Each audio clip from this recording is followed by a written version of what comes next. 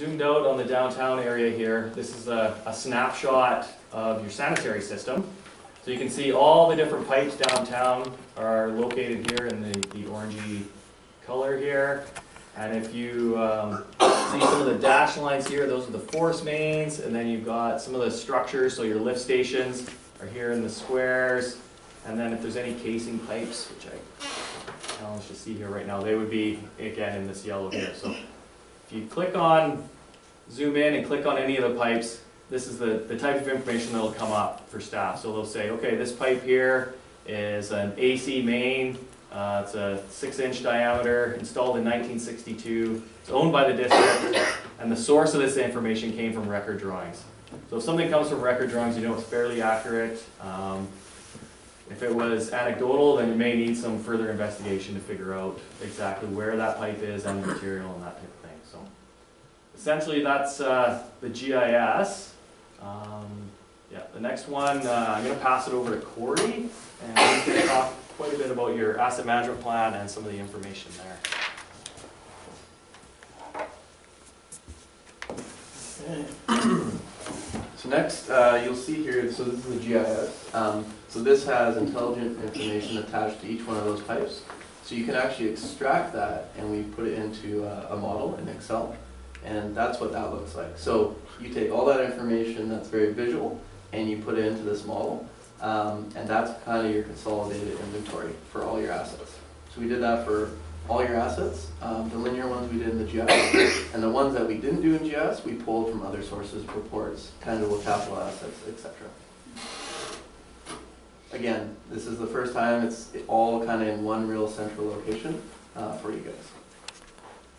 So part of the asset management investment plan, we've named it the AMIP for an acronym, is really looking at the costs over 20 years and when the timing of those costs are expected. Again, it's in one location compared to before it was kind of scattered throughout. And really the point of the project is to kind of give you guys some investment level indicators to help you guys decide as a community how much money do you want to invest in existing infrastructure.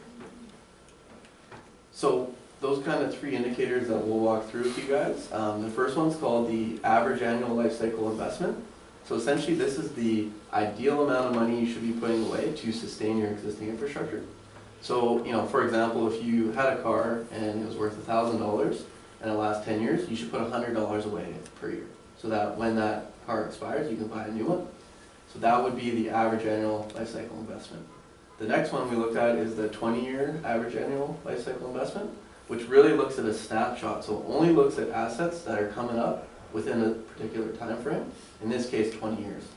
So in the car example, if we were only looking at a 9-year time frame, that expense for the car would not show up, even though it's only 1 year out.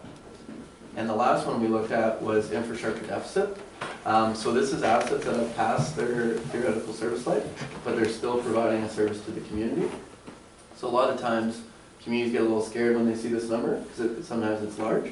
It's nothing to be scared of, but what they will do is provide you guys direction saying, we should maybe go investigate these assets, see if they're actually going to fail or not, and adjust our plan accordingly. So essentially, out of that GIS database and that model, you kind of have a one-page summary of all your assets. Again, pretty hard to see, but you'll have each asset category, how much they're worth, how much you should be spending, and when the timing is expected. So if we roll up and just give you the high-level summary, you know, based on standard service life and costs used in industry, you guys own $256 million in assets. You have approximately 30% remaining life, so they are nearing the end of their theoretical service life, and you have a $48 million deficit, and you should be spending $5.3 million ideally per year on asset renewal. Again, they're big numbers. I don't want to scare you guys too much, but that's just based on the theoretical values that we came up with. Thank goodness we're sitting down here. Yeah. Poor Dale's ready to go. We'll get into the details of this and what it means to you guys in the next few slides. So don't get too scared yet. Okay. So some interesting facts. Don't worry, be happy. Some interesting facts that we pulled from some of the GIS model is that you guys have 60 kilometers of water mains that you're responsible for operating and maintaining. You have 36 kilometers of storm pipe, 50 kilometers of sanitary pipes, you have 10 lift stations, 11 pumping facilities, 4 reservoirs, 82 kilometers of road, and 6 bridges. So you do own quite a bit of infrastructure, and when you look at it from a per capita basis, you guys do own more infrastructure than a lot of other communities, just because of your geographics. So sorry, thank you.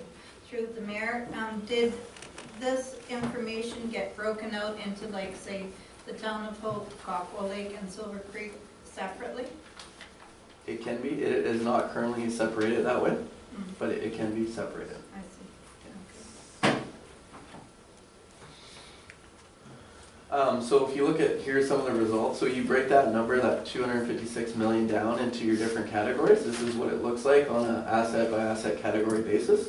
I think the main takeaway here is just understanding that the major assets you guys are really dealing with, roads, 82 million, sanitary 57, and water 54. So those are your real cost drivers when you're looking at it relative to the other asset categories. So here's a little bit of an investment profile. So it's a visual representation of what we were talking about.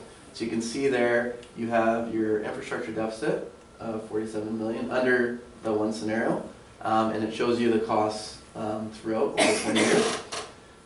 You'll notice the 2 investment level indicators on here. So the average annual investment and the average annual life cycle investment. Now, a unique thing to take away here is typically in communities, this number, because it is the ideal amount, is higher than the 20-year horizon. But in your guys' case, it's a little bit reversed. And the reason being is that your infrastructure is a little bit older than a lot of other communities. So that is unique to your area, for sure. So those are big numbers, but what we have to worry about is what's right for your community. We don't want to come in here and scare everyone because it's not the situation. But what we do need to understand more now is what investment level do we want, or do you guys want to set as a community versus how much risk do you guys want to take on? And really, those are the 3 indicators that we were talking about. So the average annual life cycle investment, 20-year, and the infrastructure deficit are 3 indicators that will help you set your funding levels. Now, there are some parameters that make those or change those values, and that is how long things last and how much it costs to replace. So, for instance, in the car example, if the car it lasts twice as long for some reason, you know what, instead of putting $100 away, now you only have to put 50. So you can actually drop your costs in half. And that very well could happen. Same with replacement costs. Maybe the car is going to cost twice as much now. So you have to put away more money. So those are 2 parameters that are sensitive. But what we found is service life is really the one with a lot of unknowns behind it. And there's doing some research, but it's all area specific. It's based on construction technique, material, soils, whether they're corrosive or not. So what we did to help you guys understand the sensitivity, we ran 3 risk scenarios. The first one, using standard service lives, which are the values you've seen so far, the $48 million deficit, the 5.3 year LK, and then we actually increased service life by 25%. So ones if things last 25% longer, and then by 50% as well, to see what the results are looking like. So this slide kind of summarizes those different risk levels. Again, the replacement value is the same, because that does not matter. Now, what we looked at here is the LK. So when you look at risk scenario 3, so when assets last 50% longer than they're expected, it would drop the value to about 3.5 million. And in the standard service life scenario, it's 5.3. When you look at the 20-year value, when you look at risk scenario 3, you're at 1.8 million. All the way to risk level 1, which is 5.9. So what you can see is really the investment level is based on your risk level or risk tolerance.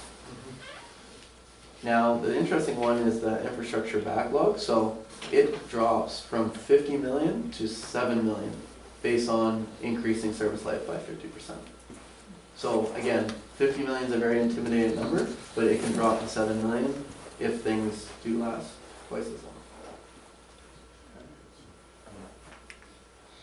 So what does this all mean? There's a lot of information presented here, and some of it are big numbers. But these findings are quite typical, especially communities throughout BC. You guys are not alone. Every community is in this situation.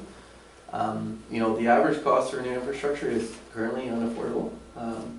And now you guys do have some decision support tools. So you have the Excel sheet, you have some of these values that you can start looking and looking towards achieving. You know, you have to start building some of your own source revenues, so through the levy, which you guys are already doing, which is very good.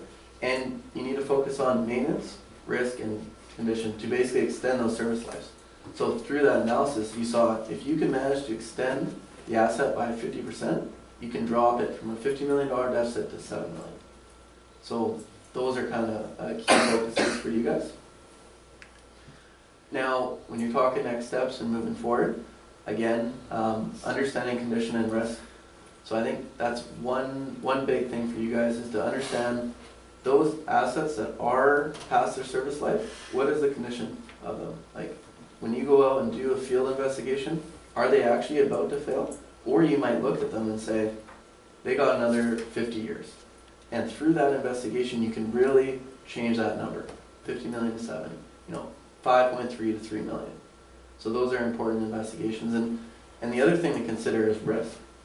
Because in all honesty, a line down a residential road could collapse, and there are consequences to that, but a main that supplies a main source, if that fails, that could be very risky. So risk is another thing to consider. Another thing is service, level of service. So, you know, driving around the community, I see some roads that are very wide, and I understand it's a function of the past. There was some grant money, I think, that went through, and they built these trucking routes that have 14-meter wide roads.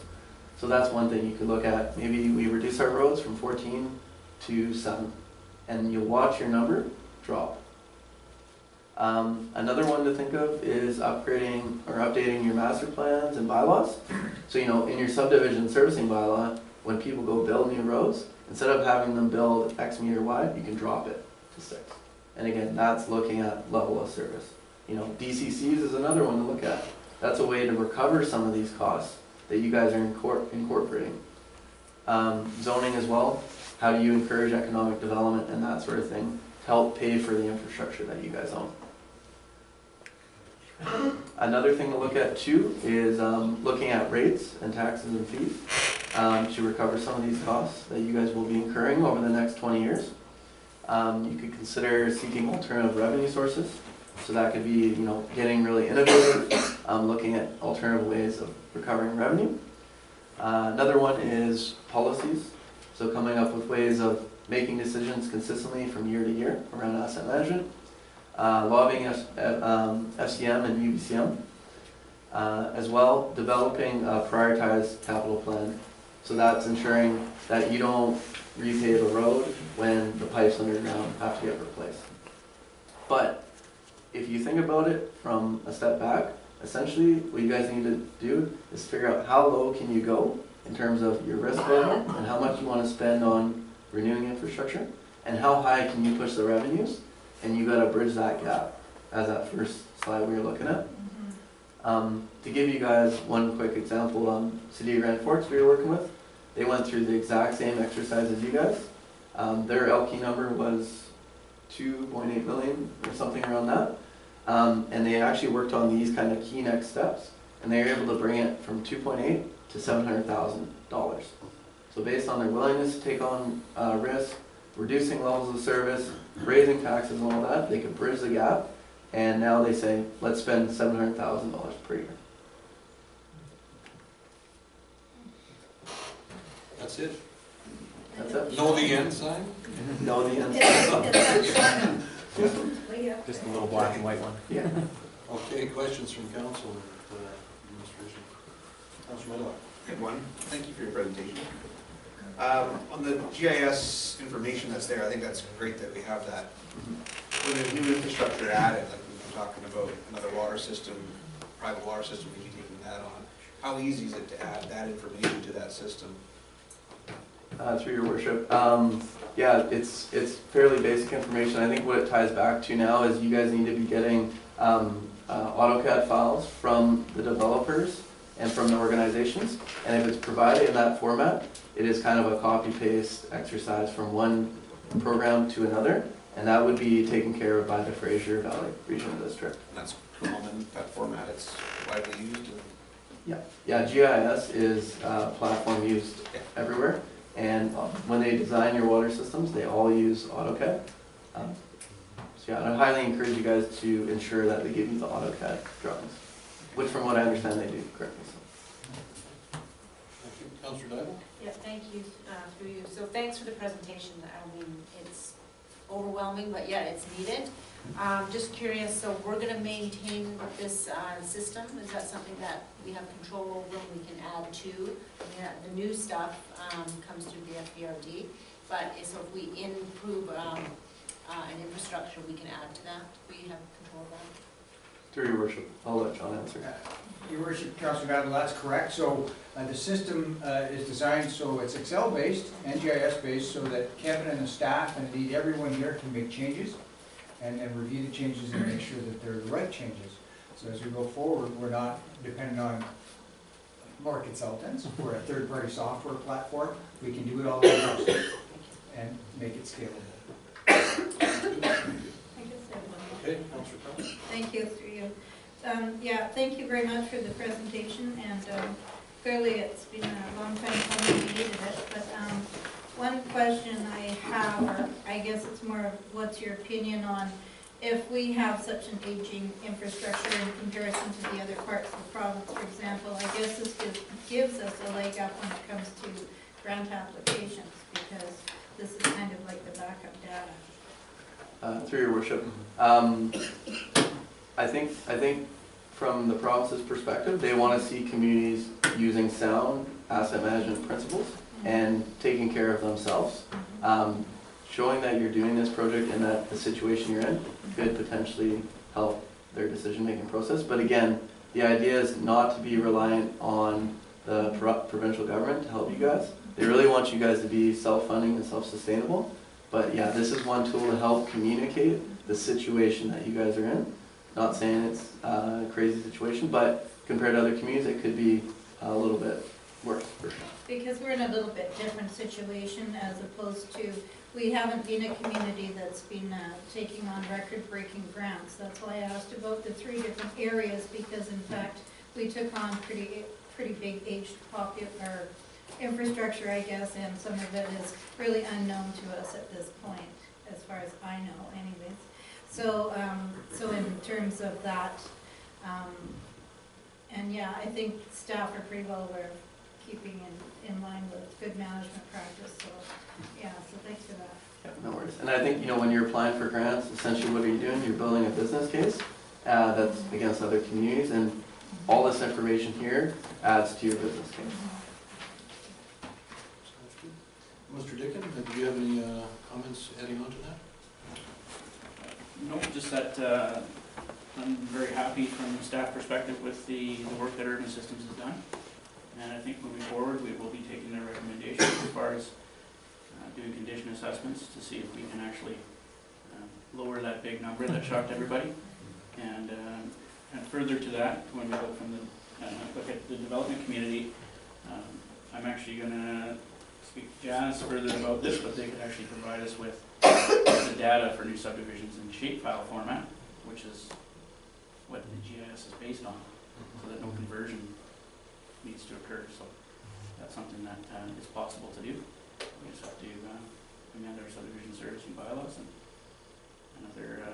other documents that we have, so that we can have all this information easily updatable as the years go by and new infrastructure comes on board. And of course, we have a very capable director of finance, so there's no obstacle that cannot be overcome. It's all on Dale's shoulders. It's got the magic wand. Yeah, but no pressure. Win the lottery or. But no pressure. Of course, you would lift that to the district of Oakland. Okay, any additional comments?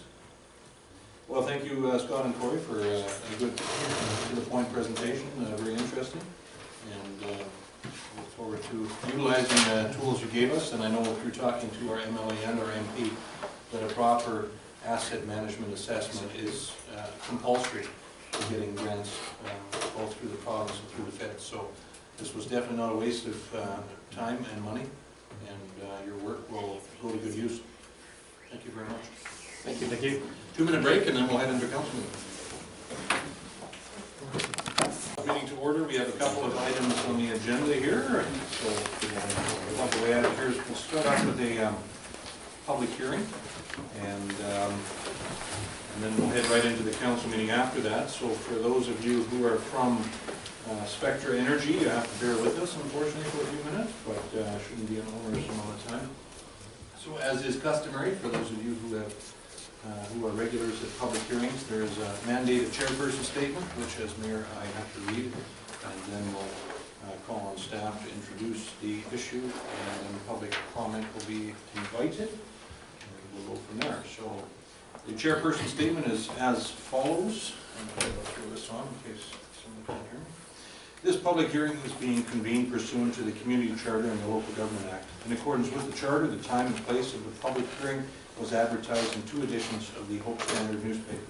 In accordance with the District of Hope Application Procedure and Public Information Meeting Procedure Bylaw number 1393 and the Local Government Act, the required specifications have been complied with. At this public hearing, any persons who believe that their interest in the subject property is affected by the proposed agenda item may speak or present written submissions to council on this matter. As chairperson, I will read any written briefs from persons unable to attend this public hearing so that they may become part of the record.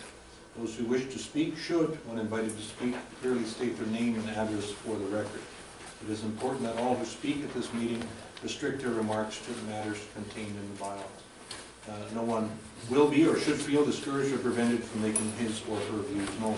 Members of council may ask questions of those making presentations. The main function of council at the public hearing is to listen to the comments of the public, not to debate the merits of the bylaw. Members of council may debate any issues on the bylaws at the time of third or final reading. The order of proceedings will be as follows. Number 1, the Director of Community Development will briefly describe the matters under consideration and provide a brief explanation of the proposed bylaws. 2, the applicant or agent for the applicant may be invited to comment. 3, all written submissions will form part of the record of the public hearing.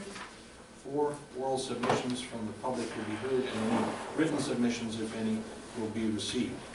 And 5, of course, the public hearing will be concluded. It is important to note that no further submissions, either verbal or written, regarding the proposed bylaws can be made to council following the public hearing. After this public hearing has concluded, the council may, without further notice, give whatever effect it believes proper to the representations made at the public hearing. So the items to be discussed tonight, District of Hope, the zoning amendment bylaw 1368-2016, and that 13. Okay, hold on here, yep. 69 Gotta of get the that. map. That was an old sheet you gave me. I You're did. testing me for paying attention. Okay, so that is bylaw number 1369-2016 and 1373-2016. So there'll be 2 parts to this public hearing, and that is the official community plan amendment bylaw, and that is to potentially redesignate the property legally described as 1005 Water Avenue from limited use to downtown. And then the second part of the hearing is amendment bylaw, and that is to rezone the property legally described at 1005 Water Avenue from split zones of limited use to highway commercial. So I would like to call upon our staff. Yes. Yeah, and we have the second page here. And then we have the Old Hope Princeton Way one. And that is 11 Old Hope Princeton Way from split land use designations of highway commercial and limited use to highway commercial. And then the second part of that issue is the 11 Old Hope Princeton Way from limited use to institutional use. So Mr. Gill, if I could call upon you to speak to those two items.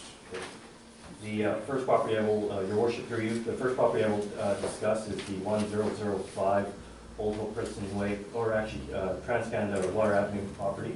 What it used to be a road dedication. 2.5 months ago, BCTFA, the British Columbia Transportation Financing Authorities, did a road closure which made this into a real fee simple property, and which is assigned a PID. And they're looking to do a disposition of the lands. However, they would like to have a reasonable zoning that also add value to the lands. As it stood, the lands took on a limited use zoning designation, and so therefore you have to do a OCP amendment. And closest land use designation in the area is the downtown Hope, and therefore it needs to be applied to the property prior to rezoning, but that process can be done concurrently. And the zoning that they would like to sort of have for this property is the highly commercial zone, C2. The second property is the 111 Old Hope Princeton Way, which was, I believe in 2003, went through a road closure and became a fee simple property. Once again, it's property under the authority of the BCTFA. It also holds the station house. And in order for, let's say, the district to have the museum end of things and the info center moved to that site, we need to have this zoning in place. Another part of it is the OCP only covers a portion of the land under the highway commercial designation, and part of it's in the limited use. However, to rezone the property in its entirety to a highway commercial zone, you have to also amend those sections of limited use designation on that land as well. Okay. Now, are there any representatives from the Transportation Finance Authority here tonight? Would you like to speak to it? So I guess the next step would be to invite comment on, let's start off with 1005 Water Avenue. Comments pertaining to the official community plan amendment and also the zoning amendment bylaw. Sir? Yes, you. Name and address, please. T. Henry, Montana Street at 240. Mainly just. 240, what? Turner. Turner, okay, yeah. Really just an observation and comment, and by way of a question. Does this impinge in any way on the water avenue of the, shall we say, ethnic tribal lands? They have a situation there where it's an RV situation. See, by the map here, I can't tell if you're on the east side of water or the west side. No, I think you're referring to another part of Water Avenue. Well, I wouldn't be surprised if I'm lost a little bit. I think you're close to our large and famous car dealer, their Gardner Motors, is where we're talking about. Okay, so then you're on the other side, downside of the tracks. You're on the west side, say, but not on the other side of Water Avenue. Well, it's between the highway and Gardner Motors, that strip.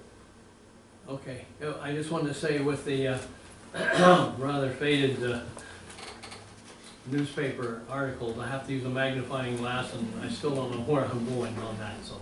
Yeah. All right, I think that's pretty well. I represent 3 or 4 in that, on my street, so, here right now. In fact, I expected 2 more to be here, but Yeah. anyway, that was the first part of, that I wanted to And you're ask. on Turner Avenue. Yes, Yeah. I'm president of Turner. Yeah, I know there's been a couple of questions pertaining to roadway development. That's the second one, second part. Yeah, I'm waiting. there's been a couple of points, and that is not something that will change if the property is rezoned, because there's an existing right-of-way that goes through to the back of that subject property that the district can utilize. Since Yeah, you're, so, since you're on that, then could I just ask, I would have several specific questions, since it was originally, I believe, a fire lane and not a designated real street. It says not a through street at the head of Turner on 3rd Avenue. Not to get too technical, but the changes are going to take place just west of 240.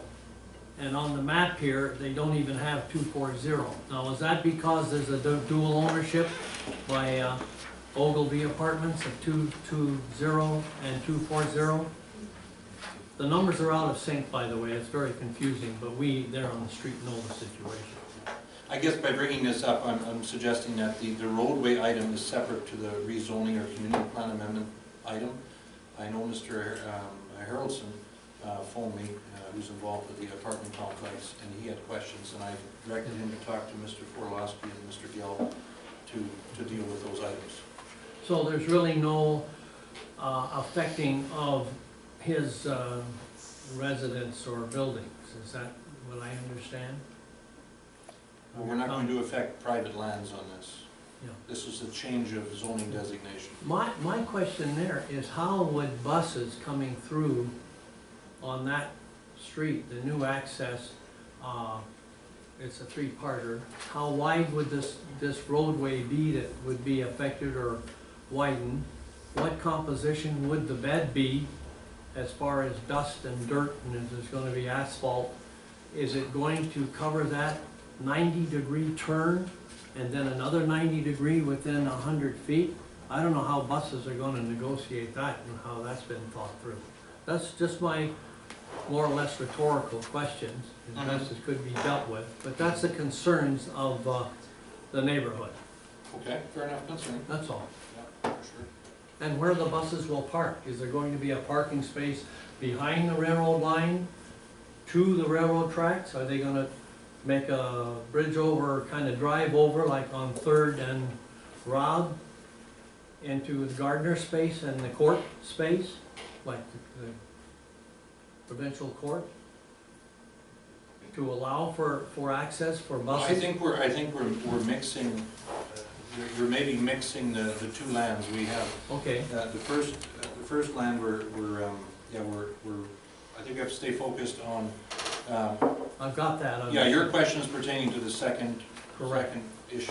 Yeah. You know, I think you'd be more than welcome to sit in a meeting with Mr. Harrelson and Mr. Forlowski. That's for the second part, so let's stay focused on the 1005 Water Avenue, the property directly in front of Mr. Gardner's property.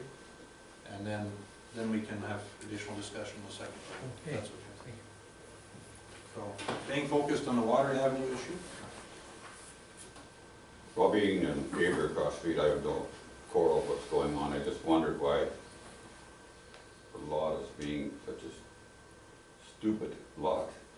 Like it starts out one way and comes down to a point, it's really a lot that you can't develop very well. You know, you're losing a lot of property that you can put anything on because it starts at a 0 point and it works its way up like that. Yeah. So you only probably have a third of that property that's going to be developed. So I don't understand. Is that the town's thought, or is that what Highways asked for? Highways wanted to rezone it, so that was... No, I realize that, but who made the lot? Who staked out the lot? Mr. Gill? Your worship, through you, it was the BCTFA and the actual Ministry of Transportation Infrastructure, their Chilliwack office for operations, and they wanted to maintain a road right-of-way still for the purpose of, let's say, a future replacement of that rail bridge. And so they would be designing out let's say, a lane sort of that would curve around and for a new bridge, and so they could decommission the old one. And that's why the lot ended up the way it is. Because it won't have any, this end of the lot, it's the way it, existing highway right now. Yes, correct, that is correct. Your worship, through you. So if they want to widen the highway, I don't know why they couldn't sell that far. It's just kind of a funny way of doing things. It is, and I had conversations with them, that's what the plan was. BCTFA is another sort of department within the Ministry of Transportation. They wanted to see something that was more ideal and, I guess, has better use or saleability. However, the operations end of things said, no, they see some potential changes, let's say, way off in the future with that rail bridge over, and so that they need to maintain that right away. But then they'll be taking property from your existing station out to get there. You're taking all your parking away there also, so it's kind of destroying what we're trying to develop here, in my opinion. We should really be against doing that, I think, but anyway, the highways, they're gonna use that end of the property to put a new bridge in, well, you're gonna lose 3/4 of your parking in your station house. Yeah, the parking we're planning on putting is not primarily on that section, so, you know, we've, Gotta put it somewhere, though. yeah, true. Your worship, this, then to this gentleman, we will be kept posted as to the changes, because, see, that's something that we weren't aware of either, that this is a several-step process. We just thought it was a rezoning and to put like a widening of the road or something. So are your comments pertaining to the Water Avenue property? Yeah, or- the 105, 1005 water. Yeah, okay, so how would that affect the Turner Avenue folks? I don't, as far as I understand, I don't think it would. Well, I'm asking pertaining to this gentleman, what he said, that we have assurances that there will be further notification, like we had a notification on this one, as when the steps, or is this already a fait accompli, where it's already going to be made and done? It's just to actually put into effect. Well, I'm not quite understanding where you're going with this question, because this is, once it's rezoned, it's properly identified already, so that's not changing. If it's Okay. rezoned, it's ready to go for that use. There's really no, Mr. Gill? Your worship, to provide sort of clarity in the matter, when it comes down to the actual changing of the highway and all that, that's out of our jurisdiction. It's not the District of Hope that would be providing notification. It would be the Ministry of Transportation Structure. So that would be a matter, just a matter of question. We don't know if we would get it notification or not. But like when the gas line goes through, we're usually given some idea and some map or something, notification out of courtesy and respect. Well, I think there'll be, I mean, quite frankly, I think the redesign of that bridge will probably be long after I'm dead and gone, because the, you know, that is a still workable structure, and I think the transportation and the highways are trying to do their Mr. Gardner, if I can just finish what I'm saying here. I think they're just doing their due diligence to make sure that for any future expansion of the highway corridor, that they have the right-of-ways in place, the property available, so on and so forth, so. I just wanted to know if we could have a further clarification as to the process. I'm not aware of all of it, I'm not a professional on road construction and the handing over of authority and so on, you know, so I'm just asking a question. Yeah, no, the only process we're involved in is the rezoning. The rest is not. Okay. I have one question there. Yeah. So the station house property, and I assume that you're buying it because you're doing all this work on it, or getting it given. So are they keeping that same amount of property from the station house property? Like, are the highways keeping that right away that they tapered this lot down to the tracks? Are they keeping all that property in the station house property? Your worship, we already have a license, so we will maintain access around the side through Turner Ave, even with an expansion of the road or the bridge. That has already been thought of and encapsulated. So I think Mr. Gardner's questions were pertaining to the portion between the station house building and the highway itself, not necessarily the Turner Avenue. That's correct, but the side portion that would lead to the Turner exit, Mhm. we have a license for that as well. We'll take that into account. Yeah. So that would allow for future highway expansion should that So the future need. district won't own that chunk of property from that? The lot They have a they're right. proposing in front of me are just going to a point at the tracks. Because you're saying that they want to build a new bridge, but I get right, or they're assuming. So that, from that point, then it goes up to your station house. It's cutting, probably taking 3/4 of the parking property, so the district's not gonna own that, any. That's what I would assume, they're not gonna sell it to you, or let you have it if they're gonna keep it for right away, what you're saying that they're doing down below, so I don't see how you would own that. Mr. Gill?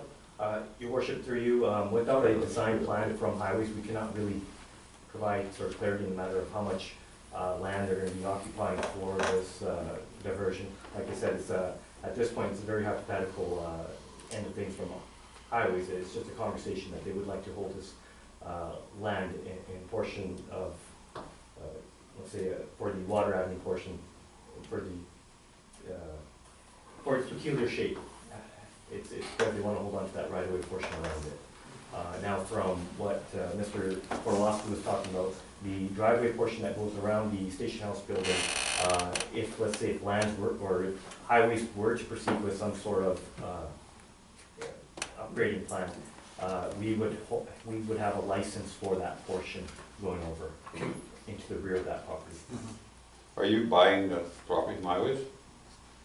It's actually a swamp deal, so there's no, it's a no So cash transfer. what you're saying though, John, is you have a right of way from the station house so far over, enough for a road, I guess. That's correct. Transport. You're not gonna own the property up to the existing highway.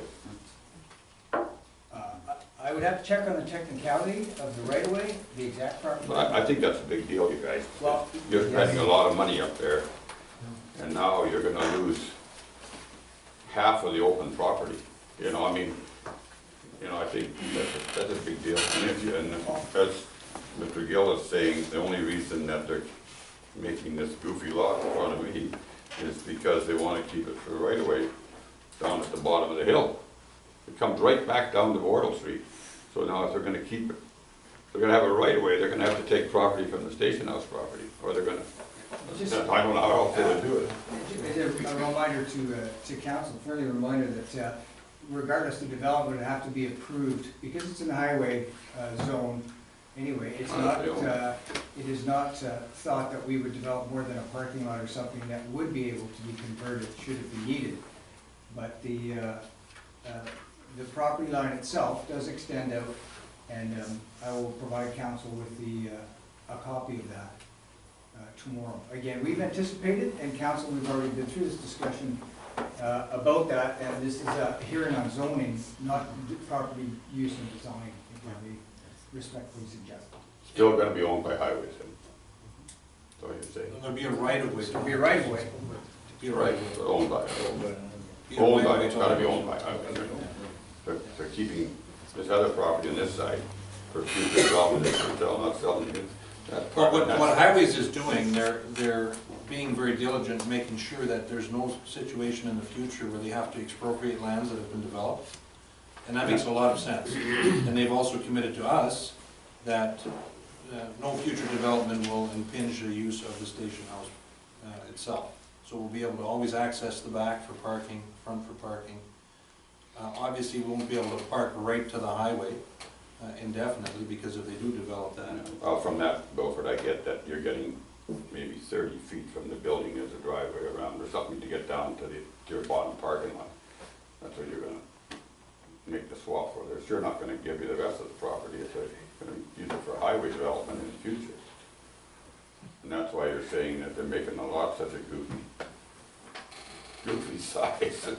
I think they cut the value of that lot down by about a third of what it should be worth by making the lot the way it is.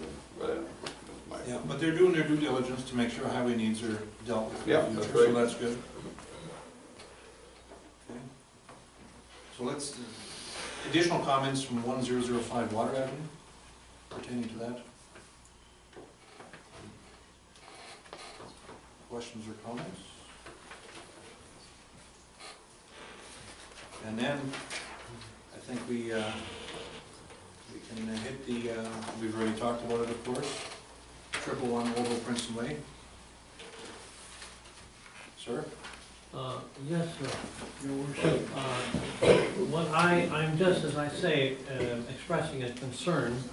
I've seen them already doing the surveying, the marking, and spraying, okay? There's a de facto situation going on and so on. And some of the tenants have had a discussion with them and so on, you know, in their normal interest.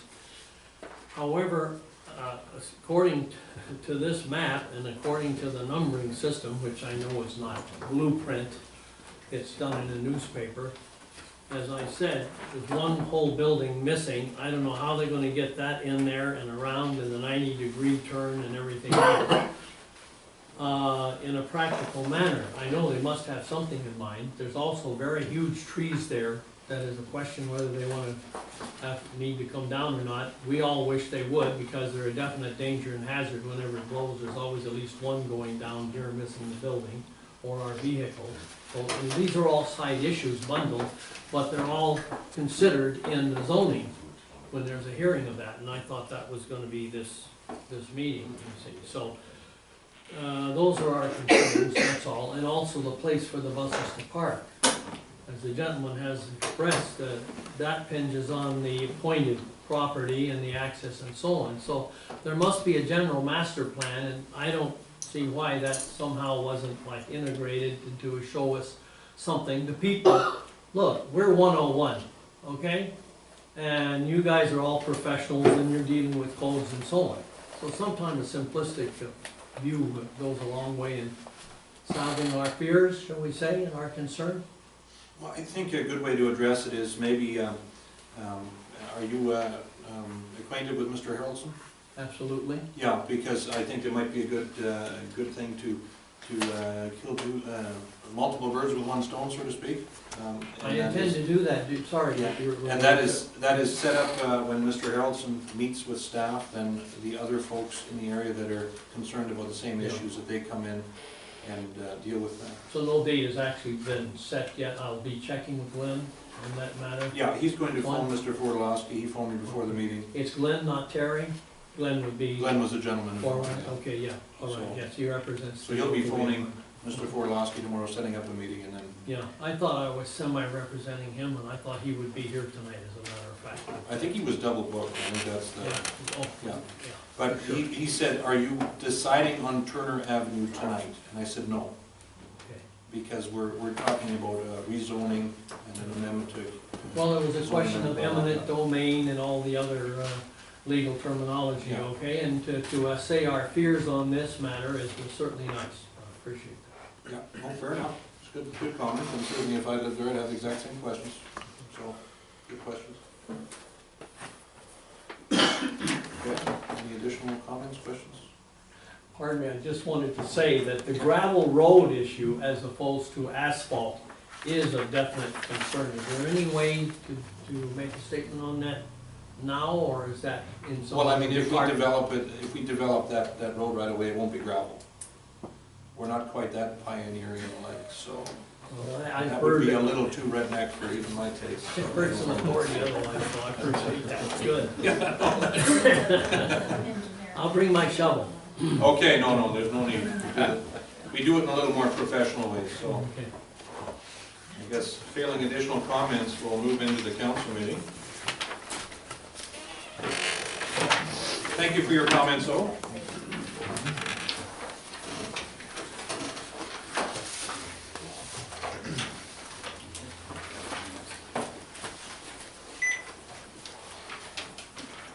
Okay, I'd like to call this regular meeting of council to order. Welcome everyone here. Perhaps we'll start with an approval of the agenda, please. So moved. Okay, Ty Gainer, Councillor Smith, Councillor Croft. All those in favor? Contrary, motion carries. Adoption of the minutes for the council meeting held April 11th. Okay, Councillor Dybel, Councillor Erickson. Okay, motion seconded. All those in favor? Okay. Thank you. We have one delegation tonight, and that's the good folks from Spectra Energy. So,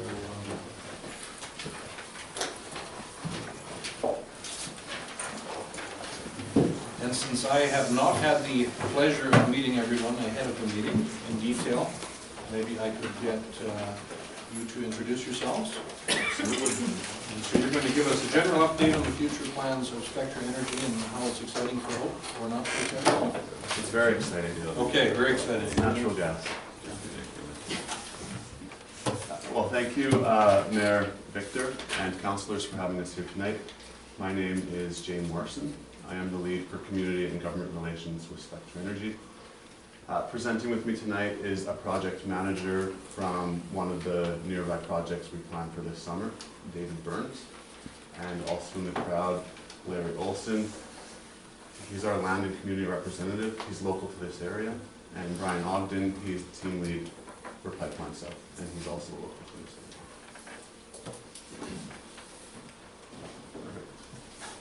I don't like that picture, but this is our agenda for this You're meeting. friendly, it's good. They wouldn't change. But what we want to do tonight is, as you've said, we just want to give a brief overview of Spectra Energy, who we are, what we do, how we do it, that sort of thing, and then move into a little bit more specific topics that are we assume to be of interest to the District of Hope.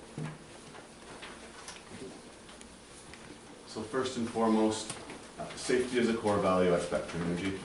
In everything that we do, safety is a part of it. And this starts at the top, and it's built into the culture, and it touches every single person in the company. So safety is one of our core values, it's good business, and it's part of our high performance organization. A few things that we focus on when it comes to safety: of course, we meet all regulatory and industry safety standards during construction, operation, and maintenance. We do continuous and ongoing monitoring of our system, and that includes things like aerial monitoring, field monitoring, inline inspections, and then there's remote monitoring at our gas control stations 24/7. Of course, if there is an incident, we're available to respond to those incidents at all times.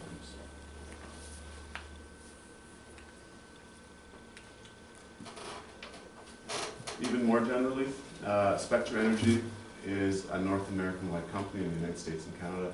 In British Columbia, we are a natural gas midstream company, meaning in Northeast BC and the Montney Shale and the other formations in the Northeast, we gather and process raw natural gas, and that's represented by the dark blue lines and the triangles. And then that gas is moved throughout the province to markets and into the Pacific Northwest of the United States on our mainline pipeline transmission system. That's the light blue line, and that's the sales grade quality gas. So that's what we're talking about when we talk about pipelines in this area of the world, is the mainline transmission. This is the backbone of the natural gas industry in British Columbia. Today, about 80% of the gas produced in this province touches the system in one way or another, and we've been doing this in the province for nearly 6 decades.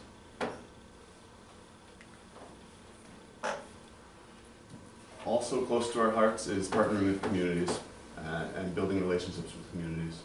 We do this in a couple of ways. Of course, we pay taxes across the province. This map shows some of the regional districts, the taxes used that we've paid. So you can look into that in more detail, just for curiosity's sake. But we do pay taxes. That's one way we contribute to communities. We have roughly 850 employees directly employed in the province of British Columbia, including in this area. We have employees. They're contributing to communities. They're living and working in communities across the province. And on top of this, we do have community investment. We do partner with communities for community enhancement and vitality and training and education initiatives.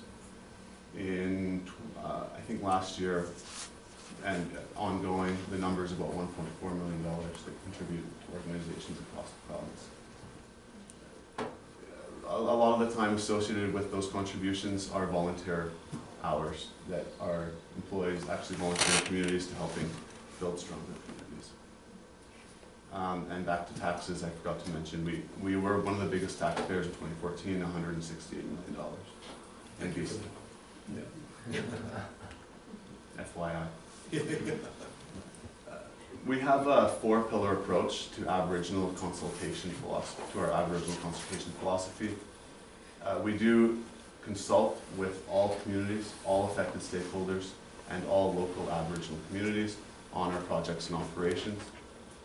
When it comes specifically to Aboriginal communities, the 4 pillars are consultation and communication, relationship building, capacity building, and economic development. And these are things that we strive for when we are meeting and building relationships in communities.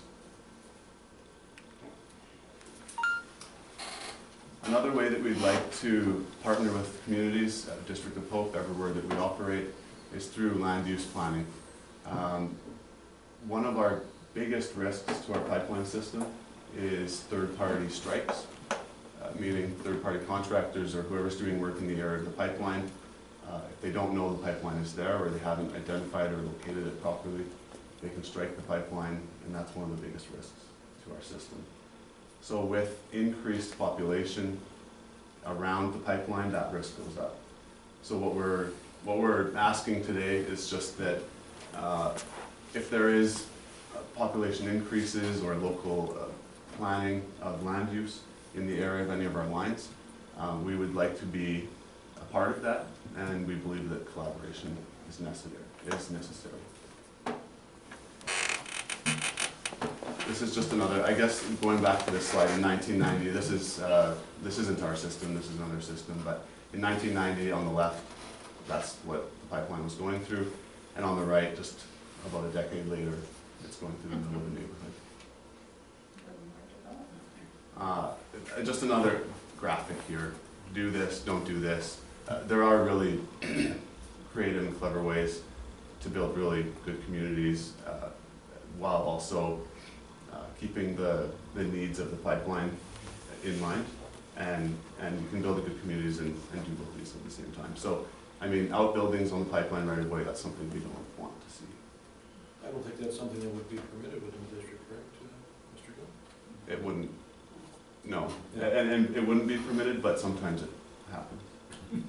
So midnight construction? That's right. Where'd that part come? Exactly. It's listed here, again, collaboration is needed. Just a few of the different stakeholders when doing land use planning are listed here. Obviously that's not maybe an exhaustive list, but those are a few that, of course, we're interested in talking to. We have many projects going on in the province in the upcoming years, including like starting now, really. But some of these are in the regulatory stages for approval, others are underway, others are a little further down the road. We are expanding our pipeline system, again that's the light blue lines, in Northeast BC with additional pipeline capacity. Those are currently under review by the NEB, that's our federal regulator. And then along the whole T-South system, that's sort of the, around the Pine Pass and south, everything that's not in Northeast BC basically, there are ongoing upgrades and enhancements to the system. I guess at this point I will pass it over to David. David is the project manager for the Coca-Cola Crossing project. And he can describe that a little bit. Easy for you to say. No, thanks, Jay. So Coquihalla River Crossing, which is, let's get our bearings first. 20 kilometers north along north of here, along Highway 5. There is our pipeline winds all the way through that Coquihalla Valley, near the highway in some certain places. And in this location, we call it Crossing 16, but for geographical reference, it's 20 kilometers north of here. Oh, the Sawakawa. I can't say that name. So, the Sawakawa Creek, which is some of you may know. It's very close to that. It's actually near the convergence of those two, the Coquihalla River and Sawakawa Creek. We call it Crossing 16 though. It's a lot easier than Sawakawa. In 2014 we underwent, as part of our inspection and maintenance program, we discovered that the cover on the pipeline in that area was not meeting our requirements, so we installed rock as a temporary measure over the top of the pipeline. What actually happened is when the highways were built, which was after the constructions were in, they shortened the Coquihalla River in that one section, and instead of when the river is allowed to meander at its own will, it loses its energy, but when you restrain it, its forces go down the way, and that's what led to the scouring of our pipeline. We realised it and took temporary measures, but we realised the long-term fix was to actually bury the pipelines deeper. So in summer of this year, this is what we plan to do. So the project is to replace the river crossing, which is about 350 metres of pipeline sections. Both lines, we have a 30-inch and a 36-inch pipeline in this area. We're going to replace both of them. We actually, well, it's a little bit longer than the 350 meters because we have to go back to the existing pipelines and tie them in. So there's probably about 600 meters worth of pipe to be replaced here. But the section of pipe underneath the river is 350 meters. We looked at various different methods, and ultimately we picked a method called direct pipe, and there's a picture of it in the bottom corner. That's a cartoon more than the real picture, but essentially there's a micro-tunneling machine, similar to what bores a big tunneling machine, which would bore a tunnel for like a highway or a subway system. But micro is very small, so it's designed for pipelines, and that's being pushed by a pipe thruster, and we install the pipeline underneath the river, far deeper than the existing pipelines, in fact, about 10 meters deep below the river. That will then, we'll have a casing, and we'll have a casing installed, and then the 36 will go through. We'll install another casing, and then the 30-inch pipeline will go through. So this plans to happen this year, this summer in fact, and tie it all in and have it operational by September, October time. And then the plan is to remove the old pipelines, and we'll wait for the following year, 2017. And the reason we wait for the summer is there's a low window of risk to fish in August, and also coincides with a low flow period. We prefer to work in low flow because it's easier for construction and less water to deal with. And that process is planned for 2017. The plans for that will be worked on up until the end of this year, and then permits approved for doing that work. But key thing for this year is the installation of the new pipelines. So that's in general high level scope. I think there's another slide, but I think that's it. That'll be a few $1 million well spent, I guess, eh? Exactly, yeah. Yeah, we've mentioned expansion projects. This is more maintenance projects. So it's maintaining our existing system, make sure safe, reliable operations that Jay mentioned at the start, and maintaining gas to the lower mainland. It's really the key. Yeah, so thank you, David. We can move into a Q&A now. But just before we do that, I guess I'll just say, we've provided some information tonight, but we're also always open to comments, questions, or any input you might have tonight or at any time. So please feel free to, it's an open door with us.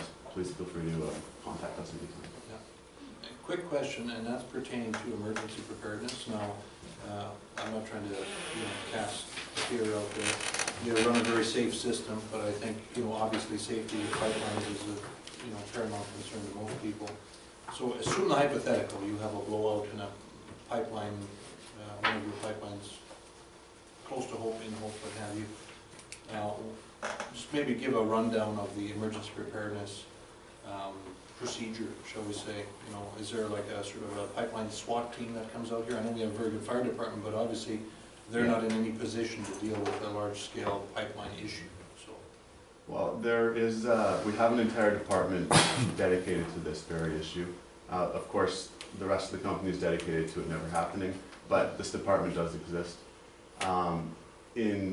There is a dedicated employee for the southern part of the system, and that employee is working with the communities along the entire system on a continuous basis to make sure that emergency responders are aware of where our facilities are and what to do in the case of an incident.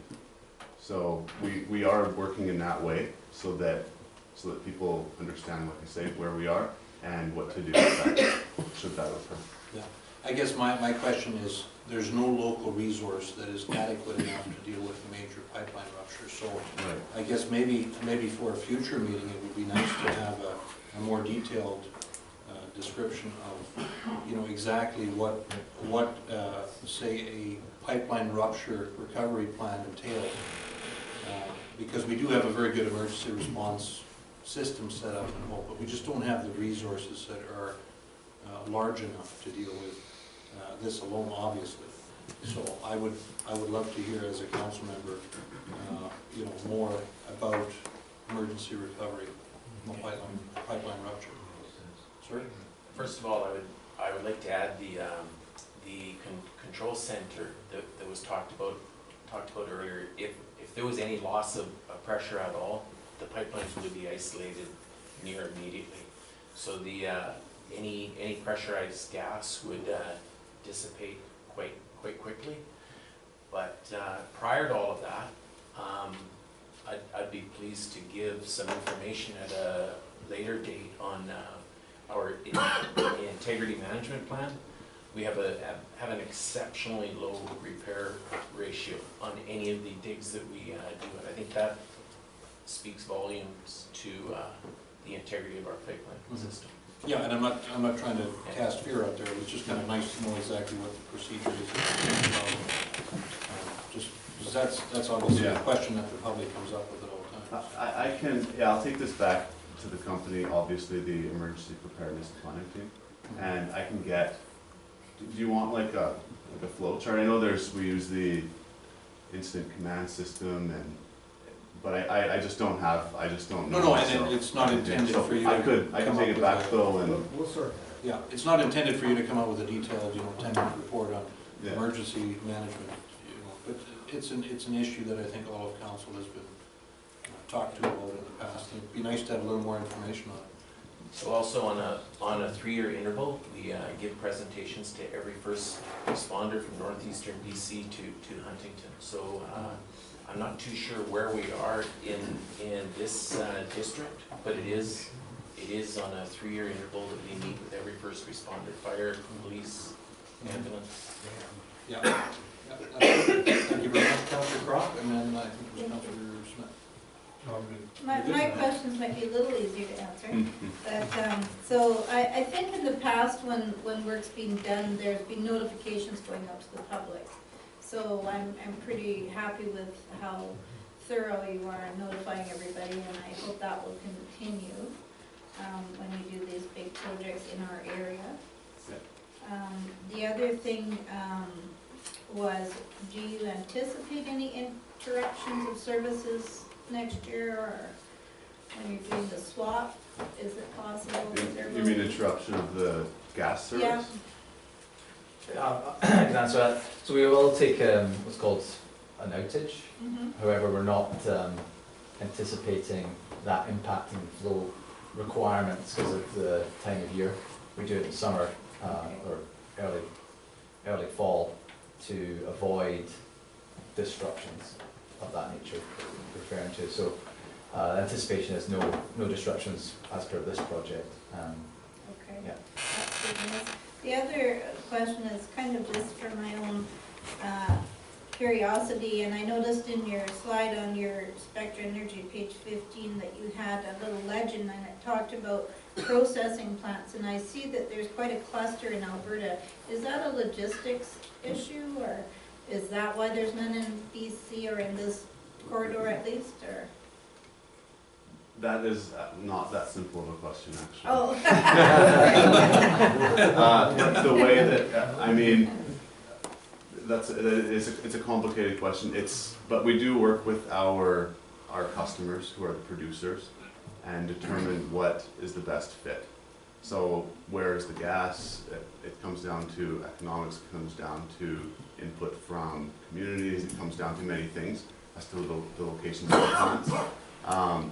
In BC, we do have larger plants than in Alberta. That's just the way that the model kind of unfolded. But yeah, I guess it's just kind of the way that the economics work themselves out and the facilities. Location of the gas and the... It's about location of gas, Yeah. Like, I mean, I just noticed there's none in our area, so I mean, that is an employment thing, and it does all these other spin-offs as well, so I was just kind of wondering. Yeah, it is processed close to the point of extraction, for sure. Because that's raw natural gas, and you want to get the impurities out as soon as possible, really. Yeah. We'll go with that. Yeah. Thank you. Okay, any additional comments from council? Just have one comment. I think, one thing I would say just on Mayor Victor's end of things is, I've noticed Spectre's also putting in more valving and stuff like that. I've noticed as I travel up and down the Coquihalla Highway for service calls and stuff like that for my job, but that's one thing I have noticed is more valving, which gets into more of the preparedness, they can divert it or shut the line down quicker and stuff like that too. That's more of my comment towards it. I've noticed that myself. It's quite a bit more valving being put into place. Yeah, that's absolutely correct. So the reason we do that is to maintain, when we take outages, it allows us to take less. So if we put more valves more frequently along the pipeline, it means we take less of the pipeline out of service when we take an outage. So that's the benefit of doing that. And so that's an ongoing piece of maintenance we do. Yeah. And so, and you're right, you're seeing it in Coquihalla now, but we, all the way up that long transmission system that's happening. Yeah. And thank you for the presentation. Yeah, thank you very much. It was a real gas. Yeah. I sell food there. Thank you. Thank you very much. Be good. Time to leave after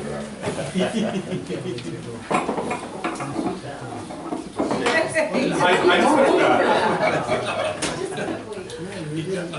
You knew it was coming. Yeah. Well, at least I'm predicting. Okay, item 5A under staff reports. We have a report pertaining to the asset management plan. Mr. Korlowski, I know we had some good discussion with the committee of the whole meeting earlier this evening, but for members of the public who were not there during the committee of the whole and for council's sake, maybe we'll revisit this here. So. Yes, Your Worship, thank you very much. So just to revisit, the final report is in, and part of the resolution is for you to receive the final report. And as told earlier, the total replacement value of the infrastructure that we have is pegged at the $256 million mark. Now clearly, that was expanded with amalgamation to a large degree. And one point of interest, it does include 753 water, and we're still working on those figures as far as what that infrastructure is worth. But more importantly, what repairs or upgrades that infrastructure will be required to undergo in order to mesh with ours and maintain a level of service that is the same that we provide in the district already. The second half is a direction to staff to provide decision-making tools for council moving forward, specifically in the 2017 financial plan and forward. If you look at the last paragraph on page 20, well, it's page 3 of the report, but page 27 of the package, you can see staff have started to review the report and are favorable on making recommendations to council in order to best manage, consistently fund, and establish priorities. Staff will work through these and bring them forward to ensure the report recommendations and others are considered and in place prior to the 2017 financial plan.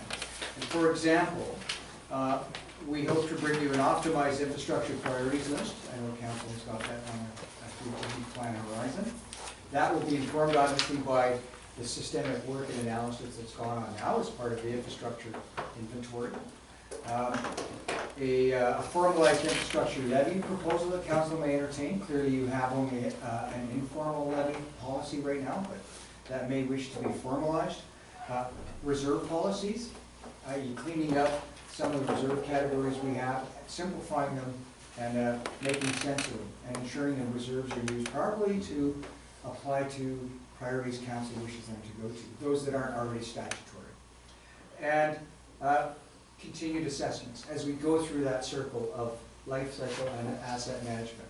Our director of operations rather has already got a pavement assessment program in the 2016 budget, but you should not be surprised when other assessment budget numbers are added to get better clarity on the data, condition of the infrastructure, so that we can again make recommendations on the priority list for replacement and maintenance. That's all I have, Your Worship. Okay, sounds good. That's good through you. So that was sort of touched on my question. what resources are required for the district to identify those infrastructure conditions? You know, specifically, I guess, to the infrastructure deficit was, all of those items are probably of most concern to identify that, the biggest number, the 47 million. So what kind of tools do we have and resources do we need in order to come up with those figures and conditions? Your worship, I'll discuss some, and then maybe I'll have my colleague, the Director of Operations, make comment too. In the infrastructure asset inventory that's just been created and compiled together in one place, we have the natures and what the infrastructure is comprised of, i.e. is it concrete, for example, for pipes? I'm not gonna say lead, that's not flint. But, you know, and therefore we can predict, using industry standards, the life cycle of that particular infrastructure. Now, as part of the risk management policy that we're going to follow, or recommendations we wish to make to council, we would go out and sample some of these, and for example, look at various areas for sewage pipe, etc., to see if indeed it can last longer than the predicted 20 years, 50 years, or 60 years. And if that's the case, then we can come back and we can make recommendations for the level of investment that we recommend to you for the community to say, well, we don't have to put in so much this year, we can reduce the amount per year, because clearly we can draw out the lifespan of that particular bit of infrastructure. I guess, just to touch on that, do we have the capacity in-house to determine life cycle of our infrastructure? Or is it something that we need to bring in experts? I mean, we've got qualified staff that have got certain, amount of schooling and whatnot. Is that what's required? That's an excellent technical question, Your Worship, and I'd like to defer that to my colleague, the Director of Operations. Mr. Deacon. Through you, Your Worship, and further to what Mr. Fortolowski provided. So with some of our infrastructure, for example, the sanitary sewer mains, stormwater sewer mains, those can be cameraed to determine the condition. And through cameraing, you can determine the actual condition of the interior of the pipe. You can also determine condition of connections to that pipe.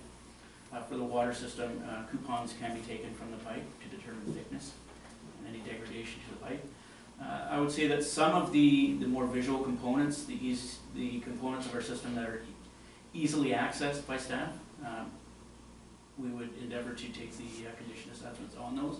We may have to engage contractors that have flushing trucks with cameras, for example, for some of the work, but that will be something that I will be determining going forward as to how much we can do ourselves and what makes sense to actually contract out.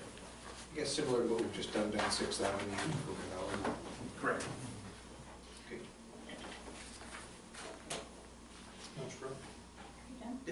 Thank you. Councillor Medlock had some of the same questions, and I was just wondering too, just a little bit more about the actual,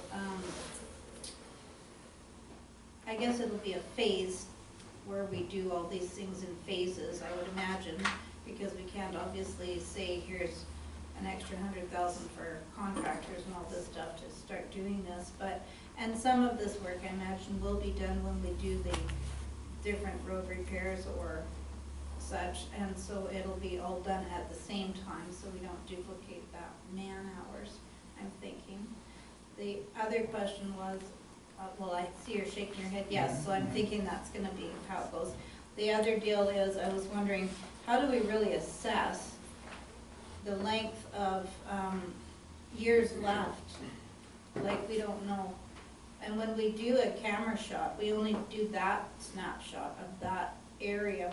We don't know if this looks good and then 10 feet down it's degraded. We don't know that. And the other thought was, do we actually have enough technical information in our team to be able to say, this has got 3 millimeters of whatever left and it's all in one piece, so this should be good for, I don't know, an additional 10 or 15 years. Do we know that? Through you, Your Worship, where we would start with the condition assessments is obviously we have the age of our linear infrastructure. Right. And so we would naturally pick the oldest infrastructure and start there with condition assessments. And what we would do is we would take a condition of the pipe, and as I said earlier, if I felt that we didn't have the in-house capacity to do it, that we would hire the necessary experts in that field to get that information for us, and we would compare that information to that of a new pipe. And from there, we could extrapolate as to how many more years we could expect of life out of that particular piece of infrastructure. Okay, thank you. Councillor Erickson? Through you. Kevin, I'm just wondering, didn't we have in the budget an assessment of all the roads that we put in for this year? That's in our budget. So that one will be taken care of this year. Correct, that's an assessment of the pavement condition. Condition of the roads. And that's an important thing to have, because as we move forward, that's the top layer of infrastructure, so to speak. So you certainly would not want to repave a road where the water main or the sanitary main underneath that road has, less than 5 years life expectancy in it. Otherwise, we would be tearing up that new pavement to make those repairs. So certainly we will be looking at our worst case scenarios with infrastructure as far as pavement condition and the subsurface infrastructure under that pavement.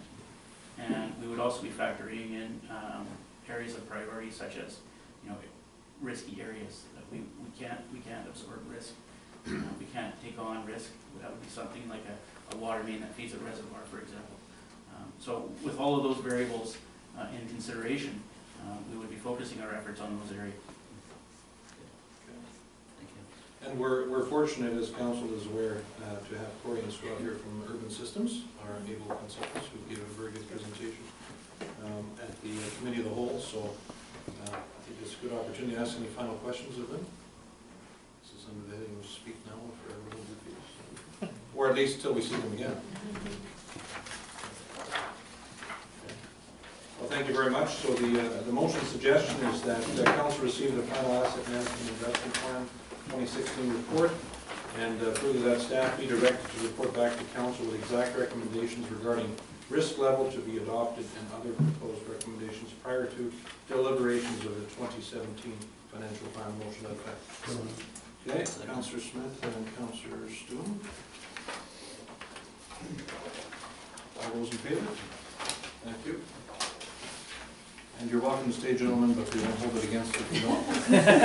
I mean, we're a really exciting bunch. Thank you. All right, thanks for your time. Okay, thanks very much.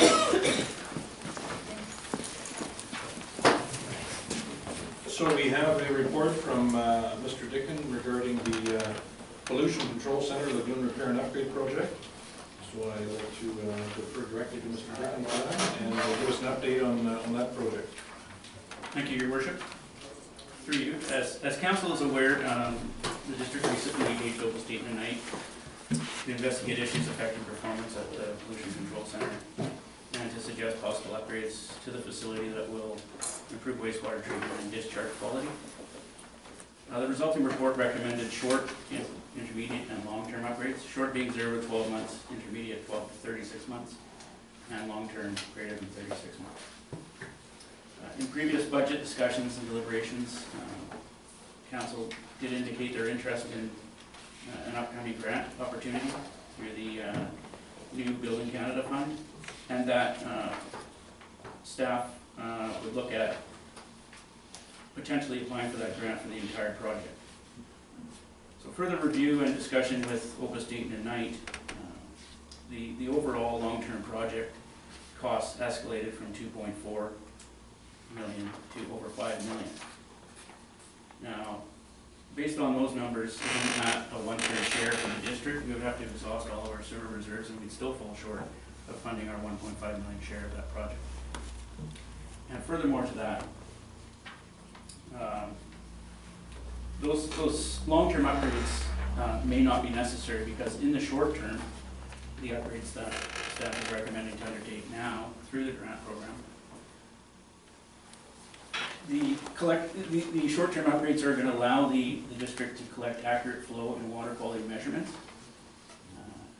for the inflow and outflow of the lagoons, and based on accurate data, more robust projections and decisions can be formulated to improve the lagoon treatment system further. So essentially, in the short-term upgrades, we'll be looking at replacing the aeration diffuser system, which will improve the treatment of the effluent. We'll be desludging the lagoons, which will be added capacity, so longer storage time for the effluent. We will be replacing the flow control chamber and gates, which will allow us to properly sequence the PCC. And we will be installing a new effluent flow meter, which will allow us to accurately measure what's going out as discharge.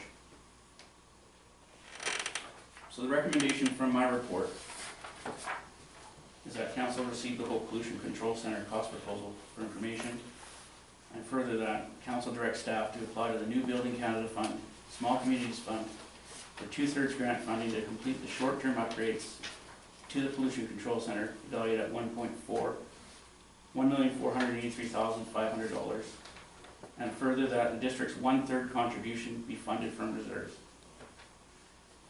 Thank you.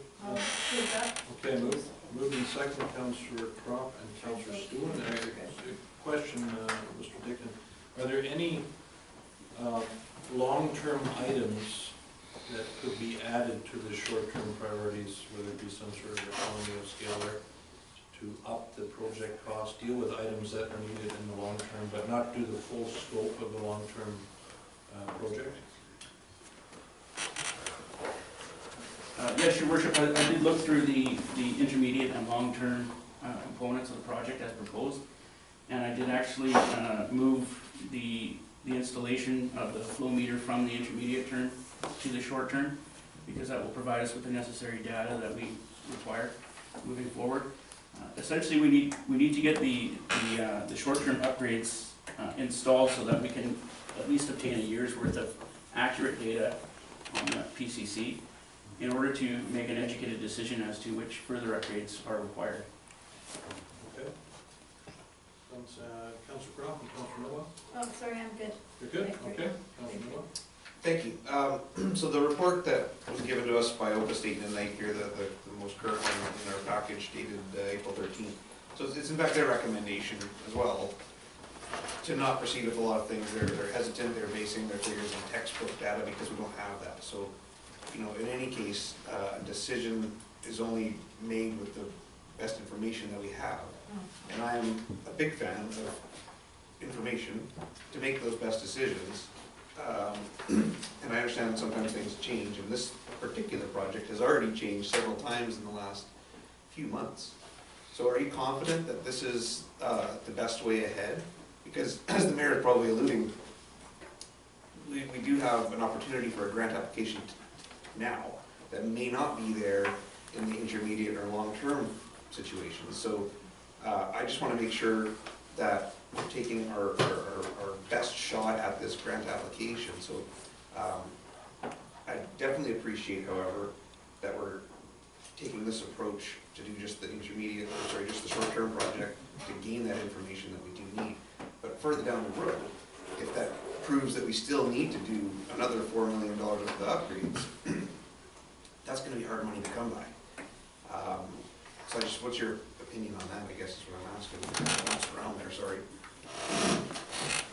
So from my point of view, and I think I share my point of view with the rest of the staff, is that really the catalyst for having Open State Unite do this review from the outset was that at times the PCC discharge, effluent discharge, did not meet the requirements of our permit.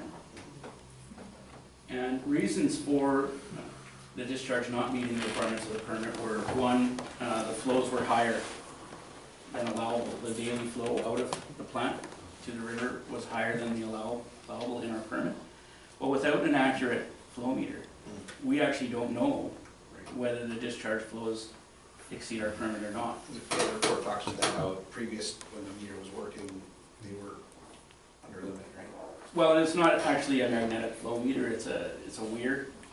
So it's old technology basically, and this accurate magnetic flow meter will give us completely accurate results. So, in addition to that, with a certain portion of our aeration system not operable, we're actually not providing the oxygen at levels required to maximize the breakdown of the sewage to meet the bacteriological analysis that's required under the permit, the BOD and TSS tested. So You know, and that was one of the items where at several times during the year, you know, during high flow, the plant was not actually meeting the testing parameters. But through these upgrades, we may find that the plant is not only meeting them, but the plant's exceeding the requirements of the permit. So until we get these initial upgrades completed and have, you know, a period of time with accurate data, we don't know whether we're gonna need, we may not need UV treatment because we may be meeting our permit. Now, whether they change the regulations down the road and put us in a whole other different category where we need the UV treatment, well, that remains to be seen. However, I don't feel that we should be committing money now towards items that may not be required. Sure. So let's just, we're not putting that cart before the horse. That's fantastic. Thank you. Okay, now I just wanted to add a couple things there. Now, if you feel that within the intermediate term, this is a comment through to Mr. Dickon, if you feel that the upgrades that we're proposing here, or that you're proposing rather, that's council's considering, will take care of us for a number of years, then I'm okay. But I think the reality is, you know, we have to think long-term here, and we have a grant scenario which allows for essentially a 17-cent investment for $1 worth of value. We can also borrow money, and I think it's 2.5% right now. You know, Mr. Cordes would be the expert on that. So my concern is these infrastructure grants, I would assume in 3-4 years will probably be a thing of the past, because the federal government has made some very ambitious investment plans, I guess would be the appropriate politically correct way of making that comment. And so my concern is that we should make sure that we're 100% certain that this is going to take care of our needs, because right now, I would personally, if we knew we could get the grant for the 5.4 million, I would personally lead the charge to say, hey, let's borrow our share, the 17 cents per dollar, pay the 2.5% per year, and get the value for the money.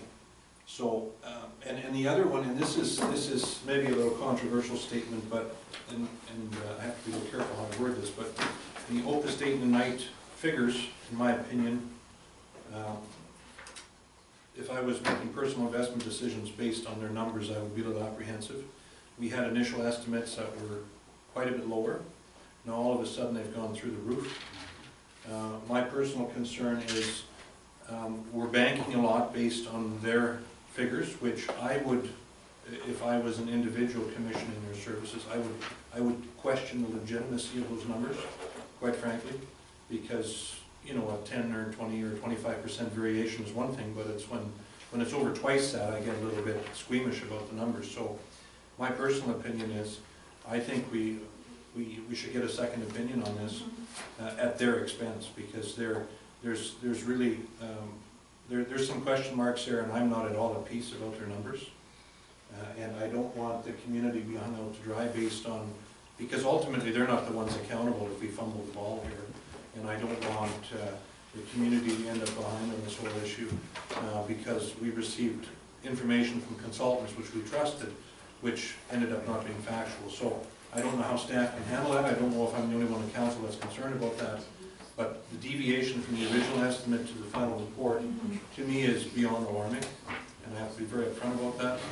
And if the consultants were if Mr. Warren from Opus Date and Night was sitting before us tonight, I would probably let him have it with a little more vigor, but you know, I think we should have him do a meeting and say, hey,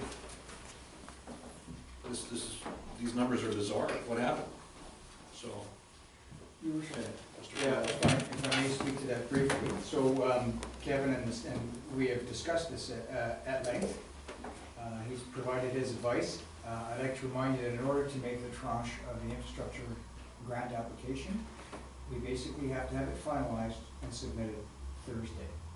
So we really need council support for a resolution, because we must submit a certified resolution supporting the project to the funding level required.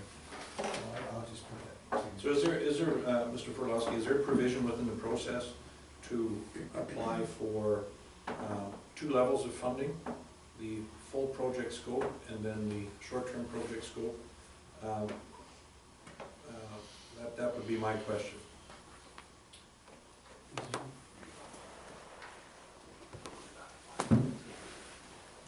So, I'm currently working on the grant application at the moment. And from my research in the guidelines for the grant, we don't actually need the resolution tonight. I can set a date in the application for when we would expect a resolution from council. So, the issue obviously is time at this point, but if council strongly feels that that they want to go for the full project, I think my best bet at this point in time would be to re-engage Open State and Enlighten to refine their numbers in the next day or so that I can go, I can complete the grant application with a little more certainty as to the costs involved with the project. Now, I think that, Open State and Enlighten have obviously provided some long-term numbers that they feel safe. I mean, there's huge contingencies in that report. So certainly I think those numbers can be refined lower, not higher. So I think my only option at this point in time, I would not have time to get a second opinion, I don't think, between now and Thursday. Yeah. But I could certainly reach out to Roger at Open State tonight and say, have another look at this. And if we were to do it now rather than waiting 3 years on a lot of these, would that change your estimate? And yeah, thank you, Councilor Michael. Just 1 second here. Just finish off here. I mean, my concern is that given the asset management report that we received tonight, there's going to be a huge demand for our dollars for infrastructure upgrades. So if this work is necessary in the next few years anyways, let's get maximum mileage out of the grant. Let's maybe stress our finances in the short term a little bit, but do work that is mandatory in the long term and prepare for the future. Because I truly believe these grants will,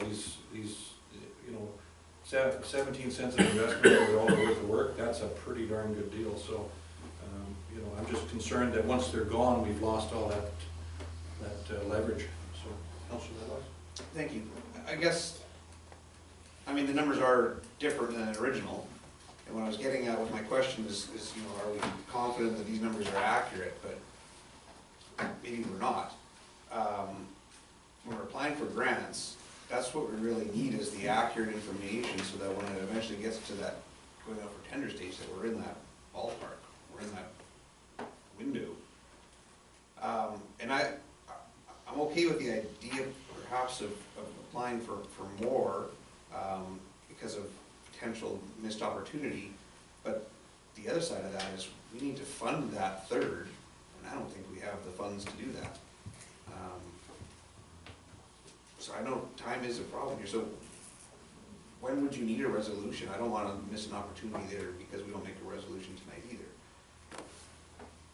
Now, Mr. Cordes, I believe it has to be specified within the financial plan to complete a project if the grant is not successful, correct? So you have to have the contingency of moving ahead on the plan if the grant is not successful. And obviously for a $5 million project, that would kind of hamstring us, but is there a way around that?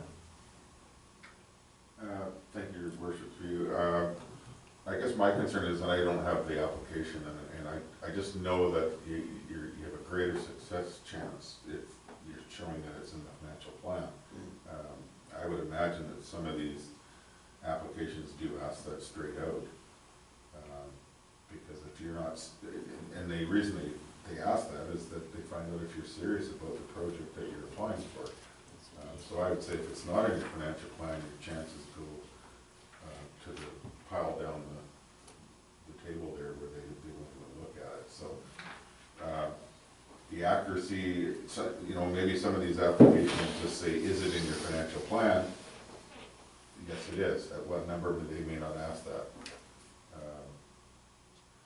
Again, I haven't physically looked at this particular grant application. The other comments that I would add is that with the deadline being Thursday, and again, not stating the application, but I imagine it's fairly detailed, what you're specifying, to lose out on the opportunity for this year, Thursday, you wanna put your best package together to hopefully be successful. So if you're scrambling at the 11th hour, and your data's not up to what it should be, we may blow the opportunity to even get the first part done. That's only my comments. Yeah, fair enough. Now, the other strategy we could maybe utilize, we could identify that we have the short, medium-term upgrades in our financial plan, clearly specify that, show the evidence of that, but indicate that our asset management reports have indicated there's a rather large infrastructure deficit, and that if the feds were amenable to partaking in a larger project, we would love to entertain that discussion. Like, just toss it out there.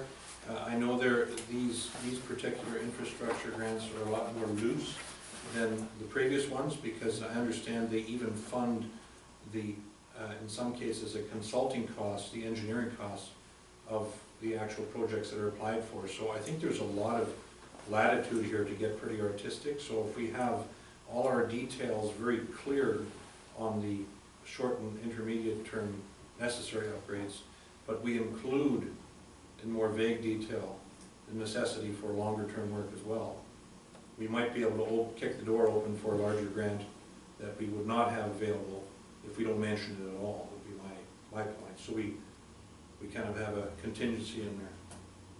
Councillor Crop? Thank you. Through you, I kind of feel a little bit different. I think that we need to really clarify what we're going for and make it clear and really hammer for that. I also would like to know how much money we have in our sewer reserve fund. Is it 1 million? It's around 600,000. Through you, Your Worship, it's around 600,000. If I may add to the information that Mr. Court has provided, I've got in front of me the general requirements from the grant here, and I'll just read it out to you. Applicants must demonstrate that their share of funding has been or is being secured. Further, they must demonstrate, where applicable, that funds have been committed to operate, maintain, and plan for replacement of the capital assets resulting from the project during its life cycle. That's the asset management component. Right. The evidence necessary to demonstrate these commitments may include a council board resolution or bylaw committing the proponent to contribute its share of the eligible project costs and all the ineligible costs, which we don't have any, by the way. The resolution bylaw must identify the source of the proponent's share of the project costs. That's why I added at the end of the recommendation that our share would be funded from reserve. So are there any provisions in there that state the project has to go ahead regardless of the grant going through or not? So I do not believe, and I'm fairly confident in my answer, that we can have an A and B scenario in our grant. It's what we're applying for is what we're prepared to do. Okay. Thank you. Through you. Can it be a scalable project? So I mean, if we go ahead and want to go 100% in for all of this, and then they come back and they say, well, no, we won't do the long term, and is that an option for that? Well, certainly from my experience, scope of work with grants can change. You have to then apply to the province for a change in scope. However, what we would not want to do is have a massive change in scope, because they would then look at us as if we put forward a project that we did not intend to do. So minor changes to scope I don't see as an issue. We would certainly have to seek approval from the province on those. But I don't think that we can go in with a $5.5 million project, receive funding for that project, and then scale that project down based on further information that we get down the line. I think we want to be confident that what we're putting forward to the province is what we intend to do. So your estimation would be a meeting with Mr. Warren, he could double check, fine tune the details in the next couple of days. And you know, what I'm particularly keen on is seeing what is required for sure 10 years down the road for sewage treatment in our community. I mean, that's not, I don't know, we don't have that comfort level yet with this information, do we? No, not necessarily. I can't accurately predict what may be required down the line as far as regulations go. The district currently is operating our PCC under an old ministry permit to the Ministry of Environment. The new regulations, the WSER regulations, are far more stringent, and they would require items such as ultraviolet disinfection and or chlorination. So there is a chance that the district may be required to install those upgrades, but it would basically require the government to put us into a different regulation than we are now. I can't predict whether they're going to do that, but there is that possibility out there. Yeah. So when we look at the little menu items here, the ultraviolet disinfection or chlorination disinfection, they're $300,000.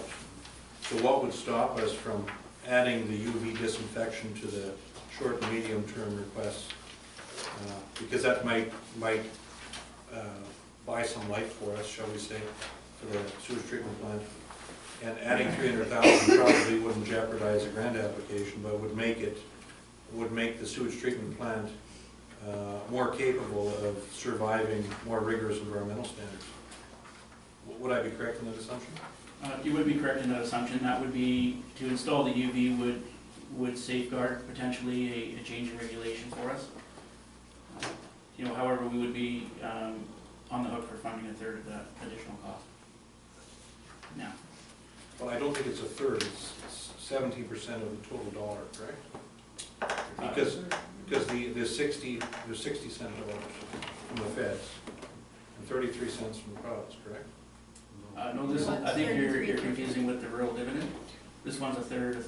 No, the new federal, I'm not talking provincial. I'm talking the federal. The federal is... The regulations and the process hasn't been delivered for that yet. The program's been announced, and they haven't got that down to us. But I mean, according to Mr. Strahl, who hopefully knows what he's talking about, 60%, 63, and there's 17% remaining for us. Yeah. Further to what Mr. Portolowski added, I don't think... Or 50 and 30, yeah, 50 and 33. I don't think they've actually confirmed that, though. Mm-hmm. Was the information that we got, is they have not confirmed that. What is confirmed is the level of funding that's committed to now would be 1/3 from the federal government, 1/3 from the province, 1/3 from the local authority. Okay. So The deal is, I think, going to be a little better than that, according to RMP. So hopefully he's factual in his assumptions. Councilor Miller? So how I'm thinking from this discussion you've had, which I think's been worthwhile, is, where my head's at anyways, I want the best chance of getting something instead of nothing. So I think I would like to support the motion as it was moved and seconded there, without adding to it. That gets us a solid motion to put forward in the grant application the first time. It's a project that is necessary, that will gain us future information. I think we should move forward that way, so I support that current motion. Although, I do see the need for taking advantage of infrastructure programs.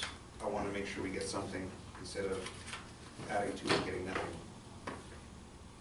So that's where my head's at. So the UV disinfection and chlorination disinfection component, which you mentioned, would allow us to comply to new environmental standards, more stringent environmental standards, if indeed they come out. And I think it's realistic to assume that standards will become more rigorous over time.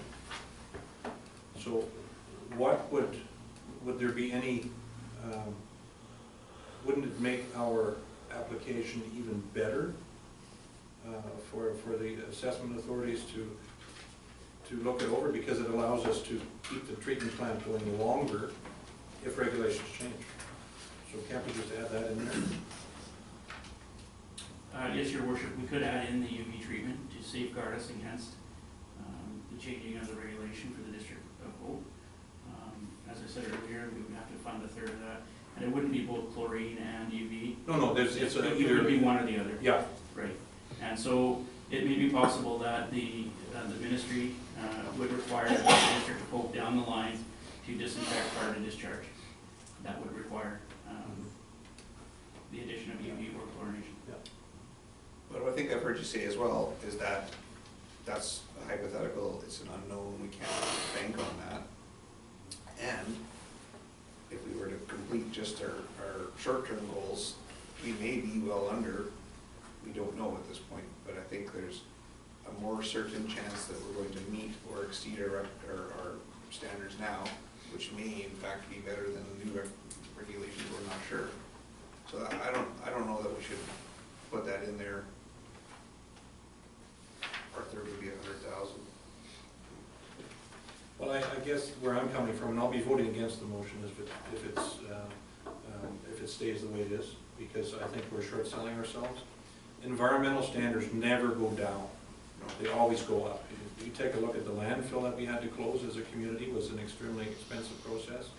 Years ago, the landfill leachate going into the Fraser was totally fine. You know, that brownish runoff that was going in there years ago, which has been very appropriately corrected now. You know, kudos to the previous council and the administration staff for following through on that.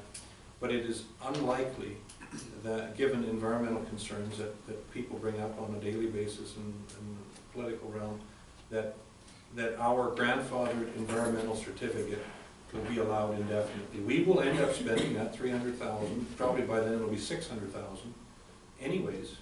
And I think personally it makes the whole application more robust by including that in there, because we're preparing for the future. We're going to make sure that our emissions are cleaner. So I'll be voting against the motion as it stands. So we have a motion on the table? And just Okay, Councillor Crop? I would be okay with putting a UV disinfection in there for the 300,000. I would not be interested in B, but I would be interested in the A one. And the reason being is because I think that would definitely be a flag in our favor, that we are looking to purchase something to safeguard our water in our future and whatever. So I think it's an opportunity for us to add some value to the application, and I would be in favor of adding that one item. Councillor Miller? So I guess question through you to the Director of Finance then. So our current third estimation is 494,000 coming out of assumed sewer reserves, which we were told is approximately 600,000. So we could drain our sewer reserves to add that $100,000 to our third. Are there any other, gas tax funds or anything like that that we could also identify as a source of revenue, or not revenue, a source of our third? Well, actually, we have as you saw, I think you all received the reserve schedule I sent you all. There's the gas tax reserve. We are using some of it in this year's budget, but in order to fund that 100,000 with that extra third, we have no problem covering that. And also, it wouldn't drain our sewer reserves, because I'd probably use a combination of sewer reserves and gas tax on this project anyway, so I don't like to drain one right down to the... This is the type of project that a gas tax is meant for. Culture, absolutely. So can I amend that? Heather, would you be amenable to adding that in to our motion? Would you second a motion to amend? Okay, so. This is, of course, subject to Mr. Dickin confirming with the consultant that that's an appropriate addition that can be added easily. So I guess a question on the motion to amend would be appropriate. All those in favor? Contrary? Motion carries. Okay, so now we have a slightly tweaked motion here to include either the UV disinfection or the chlorination disinfection, whichever is pertinent. Right? Because it's, as you correctly pointed out, Mr. Dickin, it's not both, it's whichever one is more suitable. Okay. Question on the motion, all those in favor? Thank you very much. Okay, thank you. So, Mayor and Council reports, it's been a long meeting, we have lots to go through yet, so I'll keep it fairly short. I will make one comment, and I think it's a very in good taste comment. As council, staff and public are well aware, we're applying for the rural dividend fund for the station house project, and we've included in our financial plan. I've been approached by a number of community groups, and they are very eagerly and keenly following up on grant applications for the rural community grant. As hopeful I am that they too could get one, I believe there's, according to Mr. Forlowski's research, there is essentially one significant grant per community coming. So, respecting Mr. Ortis's presence here tonight, I just want to make sure we wish the golf course well, but I had a very pleasant meeting with, and Mr. Forlowski as well. We met with Ms. Tana Kawasi, one of my favorite people, because she was a very good teacher in high school. And she's involved with the golf course, and she requested that I send out a letter of support on behalf of the district for their bid for the rural grant, rural dividends grant. And I think in order to be true to our grant application for the station house, I think we might be muddying the waters somewhat if we start sending out letters of approval for all the community groups which are equally excited about the grant opportunity. So I think, and unless council is inherently opposed to this, I think a common sense solution for us as a council is to say we're pursuing our project. We will put together the best package possible to make sure that that project receives a grant. But we're not going to get involved in supporting other community projects because we have to kind of stay focused on one. As difficult as it is, I think we have to be true to that project, and otherwise we kind of muddy the waters a bit. So I just want everyone to know at the same time that I think that's, strategically I think it's a best approach, because it'd be like acting as if you're applying for a job, acting as a reference for your competitor when you're applying for that same job. You're just kind of in a awkward position, so I like avoiding that kind of awkwardness. So, council reports, we have Councilor Crop, maybe to start. Oh, thank you. Through you. Okay, so I had a couple of things I just wanted to chat about tonight, and one of them was Mr. Stokes came and gave me an update, and a thank you to him that the Great Fraser River Barbecue Competition will once again be on August 20th. And this will be their second event. It will be having a few more exciting things added to it. It starts at 8 a.m. It's in Memorial Park. The judging is around 12:30, I believe. Folks can check out all the details on the Facebook page. I have the pleasure of helping my husband and other dedicated Rotarians, such as Mr. Fortolowski, with the Rotary Trail cleanup on the weekend. And that was fun, and we had a barbecue, and after we did our hard work, and then everybody hit the trail, so to speak, and went home. And also, I'd like to mention that the Park Street Manor is a fantastic opportunity, alternative living style for people that are downsizing or need to have companionship and excellent meals and some activity. It's not assisted living, it's unassisted living, but there are rooms available, and the staff are excellent, and the people are like a big family. So if anyone is thinking about the transition and downsizing, please contact Judy at the Park Street Manor, because there's certainly space available. And yeah, it's been around for a long time, and it's a well thought of place to live in the community, so get in there. Okay, sounds good. Yeah, and the only other one comment I had was that, thank you for the mayor's comments on the grants. The other thought I had was that if there's other grants, not the same ones that the station house is applying for, then I would definitely be supporting those community projects. Oh, absolutely. So, yeah, that goes without saying, yeah, for sure. Just for comment. Thank you. Super duper. Thank you. Councilor Erskine? Sure. The last 2 weeks I spent in South Pacific on a mission project. The place was called Vanuatu.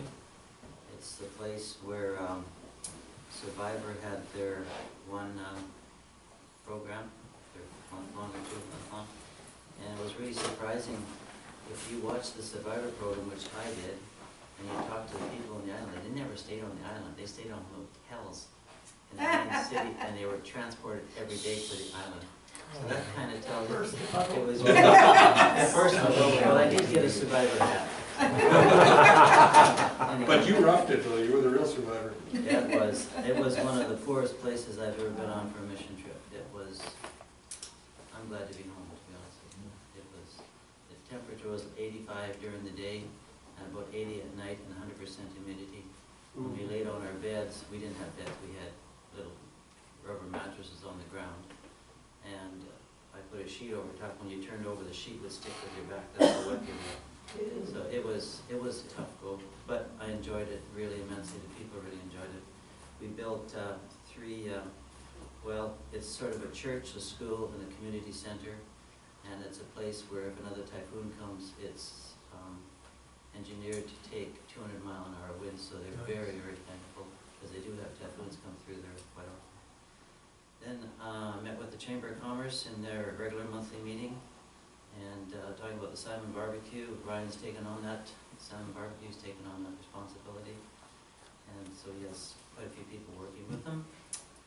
And then I also met with Fraser Health. They had a community engagement session, and I was there at the community engagement session. It was a very good session. What was really important, I think there was 9 or 12 tables, quite a few tables, round tables. 95 people in total. Yeah, and the amazing thing was, most of them came up with the same consensus. You know, it was basically the same, you know, poverty, exercise. It was really, I thought it was very good. And another thing, Dale, I just want to express my appreciation for the great work you did during our budget. It was really helpful to me personally. Thank you. That's it. You can count on Dale. So I count on Joe. Yeah. How's my luck? All right, thank you. I guess concerning that we can't offer support for other grant applications, but I can see how that muddies the water, so that is discouraging. I didn't realize that was going to be the case. I don't know how I feel about that. One thing I would like to bring up that some residents have brought to my attention in recent weeks is the hours of the operation of the transfer station. We're wondering if that's something that we can take a look at now that summer is here and nicer weather and more activity will probably be up there.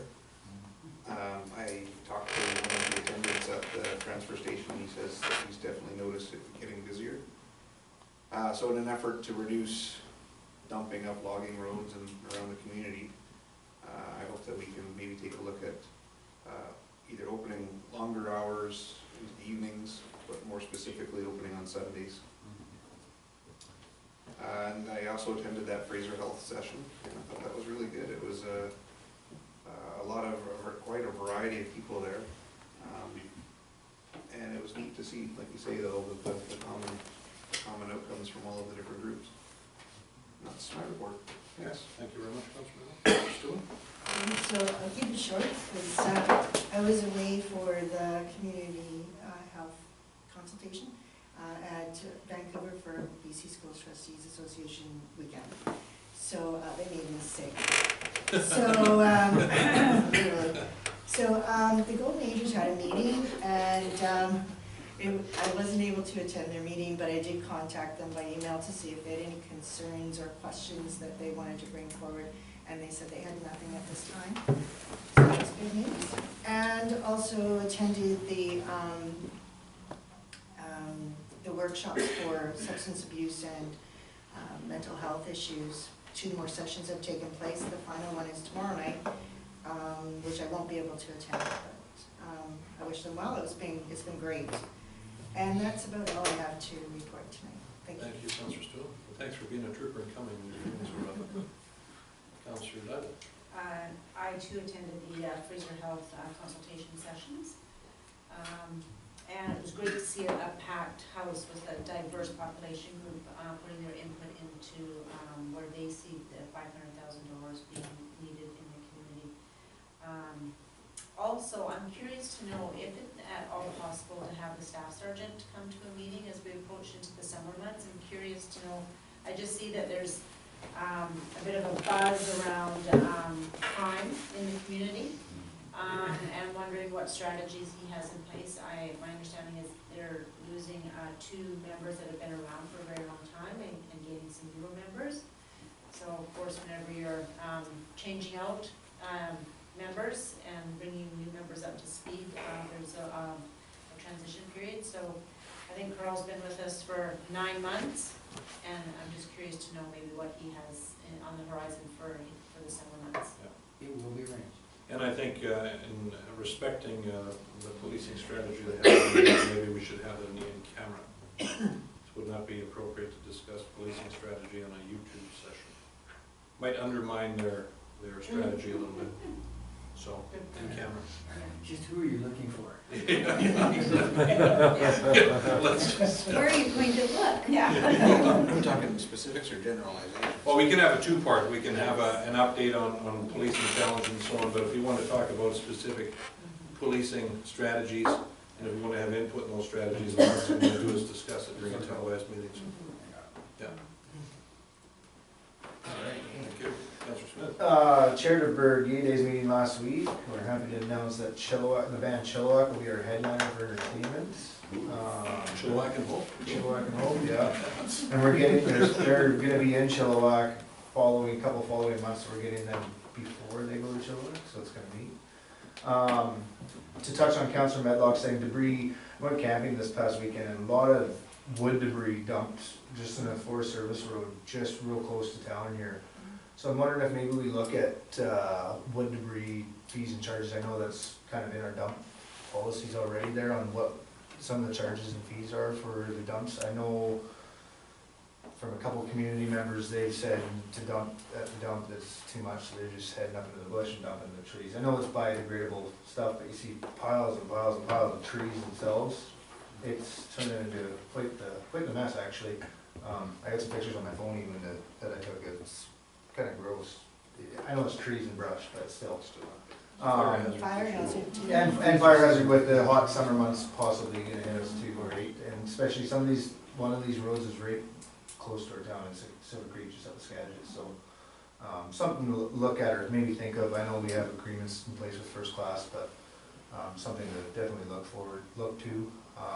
I even, I know we've had some brush burn piles at my property that I run, and I'm open to even doing that again for some of the stuff there, if we can dump them there, do it properly, in the proper manner.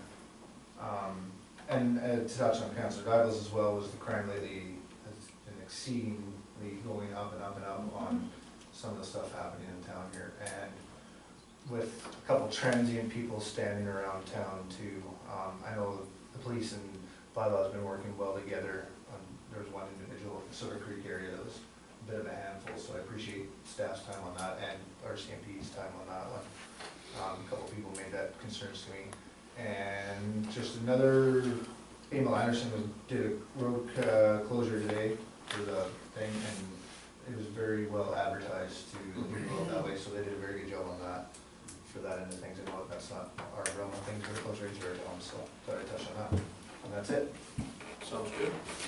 And just touching on that major health consultation session, I think it's important that as we talk about this subject that we collectively recognize the good efforts of our medical community, because there's a lot of cases that doctors, nurses, medical support staff, they pick up the pieces when people have certain health conditions and make certain personal choices which increase the frequency of health problems. So talking critically about the numbers is not talking critically about the people involved in helping the community and with their medical needs. So I think I was relatively clear on that, and I think it was appropriate to make that statement, because we have some amazing doctors, nurses, medical support staff in our community who work around the clock to help us out when we have our health problems. So that has to be recognized.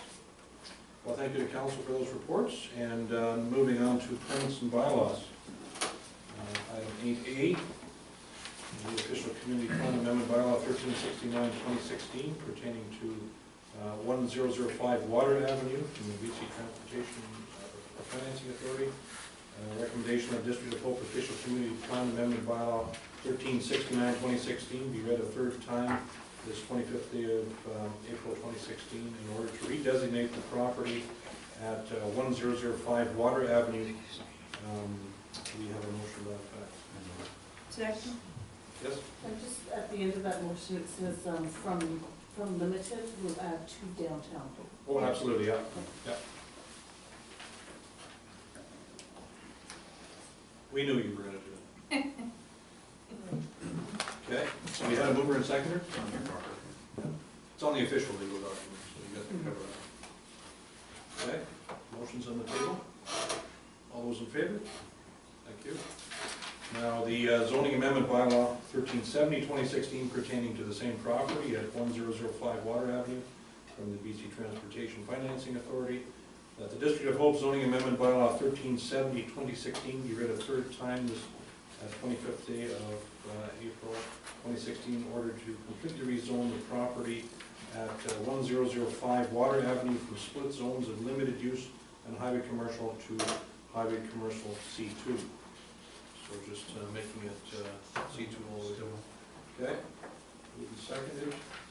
Councillor Smith and Councillor Medlock? Yeah. Yeah, okay, thank you. Questions or comments? All those in favor? Thank you, motion carries.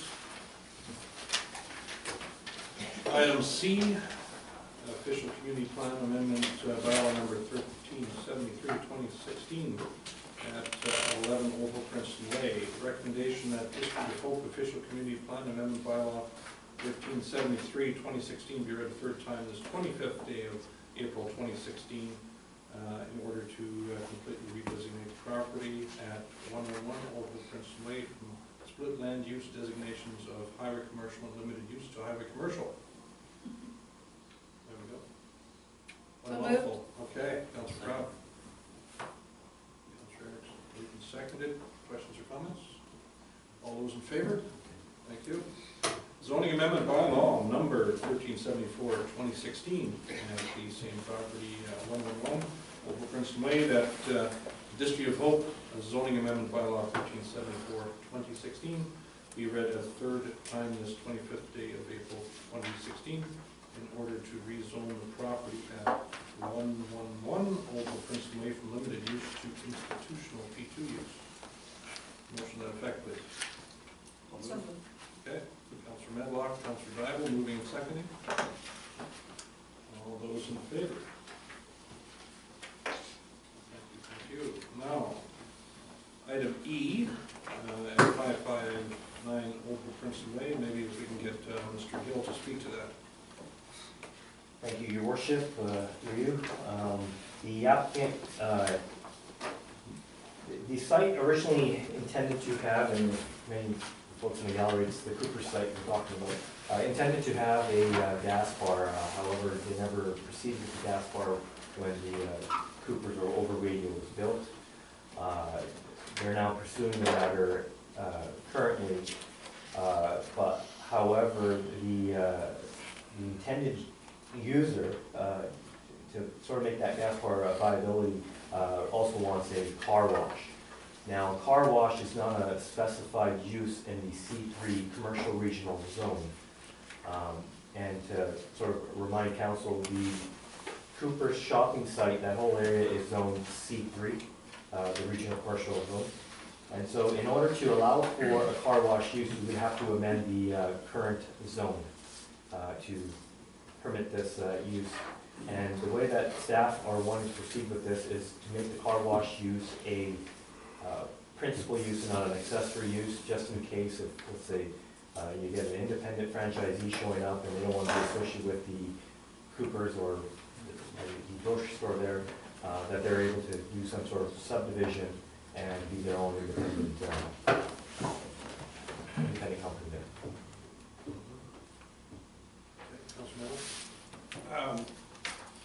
Well, I guess I'll move the recommendation just to get discussion happening. I'll second. I'm a little bit fuzzy on why there's even a C3 zone anymore. Like, what other differences are between C2 and C3, and why would the applicant not want to rezone that entire parcel to C2, which already has a car wash as an allowable use? Your worship, through you, I believe it's the precedence that was set back then in the time frame. There used to be an overlay in the downtown area. I know that there was some sort of community event that took place in regards to it. And I thought back then when this developer took over the lands, that was his selling point, to call it a shopping center. And therefore they created this brand new zone, a C3 zone. Is there a need for that zone still? I mean, it's up to the applicant, I guess, is which direction they'd like to go here, but I'm sure staff has steered them one way or the other. Your worship, I think the zone is still practical in this regard, since highway commercial zone or a C2 zone doesn't allow for a complete retail use like a grocery store. Okay.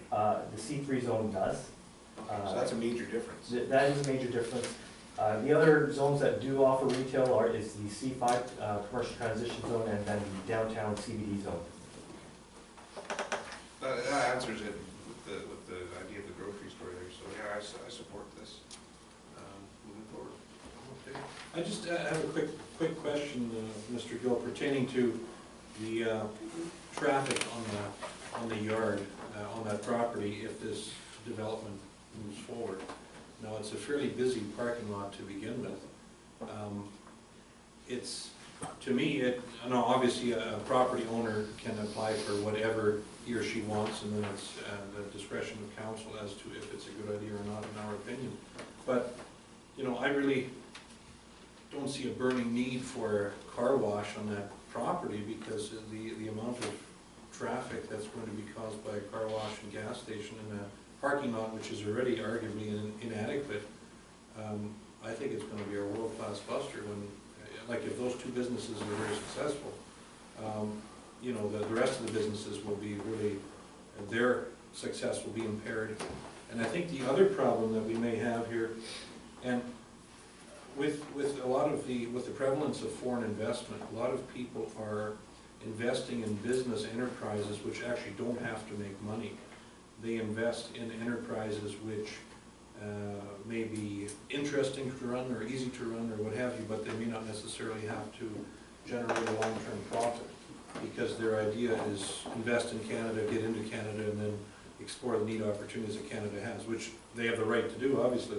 But I think the interesting danger that creates is, say we already have 3 car washes in Hope. I mean, how many do we need in a small town? So my question is, number one, is this going to be a beneficial use to the existing businesses of that parcel of property? And it's yeah, you know, because we have the Water Avenue car wash, we have the Canyon Automotive car wash, and then also the Husky car wash. So we have 3 already, and I know, looking at how much the folks at the Water Avenue car wash spend, I don't know how many, probably spent a couple million setting that place up, but I guess arguably a little different point, but I'm concerned about the actual traffic volume and the use of that parking lot for essentially waiting to get into the gas bar or the car wash. So, on your point there, the report here identifies that staff also has some concerns, but those items can be brought up at the development permit process. So I'm comfortable with that as far as process goes. That's the point where that should be identified and dealt with. And then as far as dealing with should there be a car wash there or not, I always use the example that there's 23 hotels in town, and at some point there was 22 hotels in town and somebody thought there was a need for one more. I don't know that that's necessarily up to council to decide that we have enough of those already. If the market dictates that and a private businessman determines that there is a need for that, go for it, you know. So that's why I supported this without dealing with that traffic issue, because it is a concern of mine as well. But I think that there'll be more information that comes forward with that development permit process, and I have confidence in our staff to bring that to us in a future report if this proceeds. okay. No, and I'm fully aware of the process, and I'm not really in the need of tutorial on that, but the reality is that you know, the public has been viewing the televised meetings, compliments of Mr. Mole and his Friends of the Hope ratepayers, and I think it's important that the public is informed as to, you know, the nature of this potential development, give them some food for thought as to, they obviously don't have the package at home, some members of the public here today don't have the package in front of them.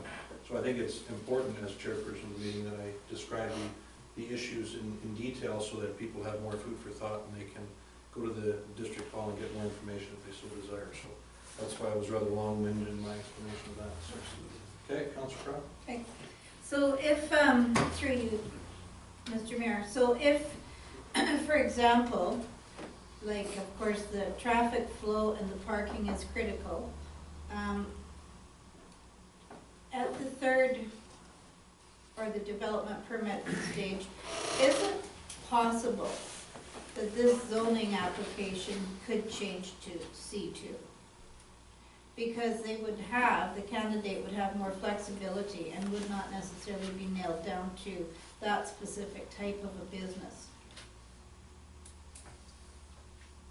Is it possible to change it midstream is my question.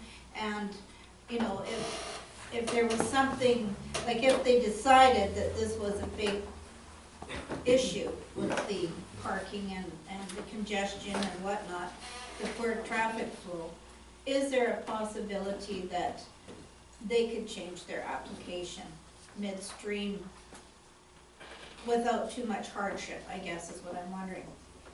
Your worship, through you, it would require a brand new application. Okay. Because the text amendment and the bylaw number that was associated is only for the text amendment.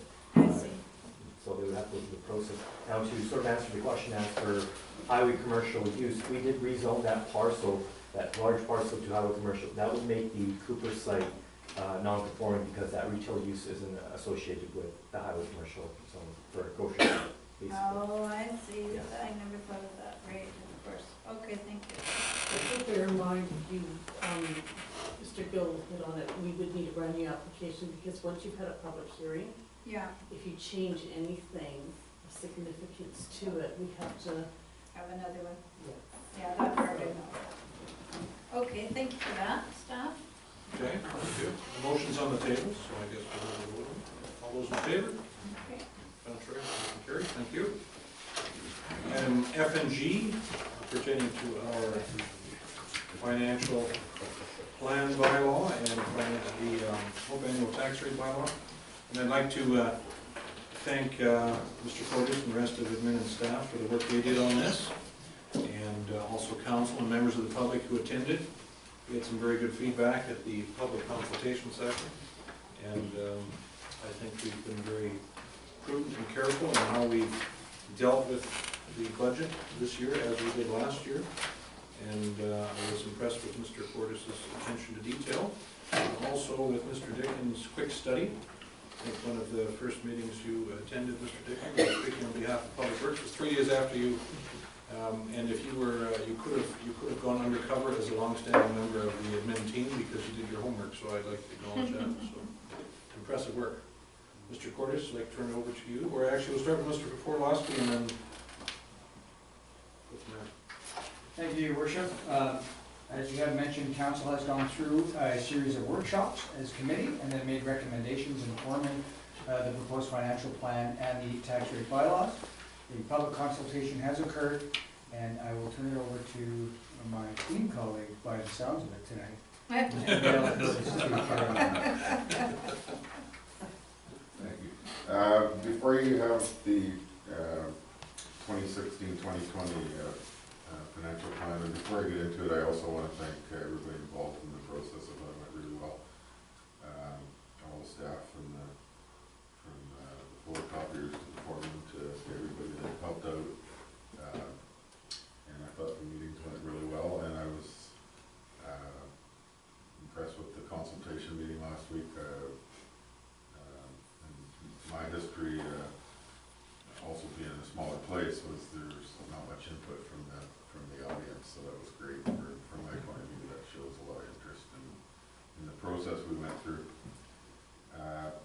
So before you, on page 104 is the actual plan that's Schedule A for the bylaw, 1376. You'll see it's balanced in each of the years.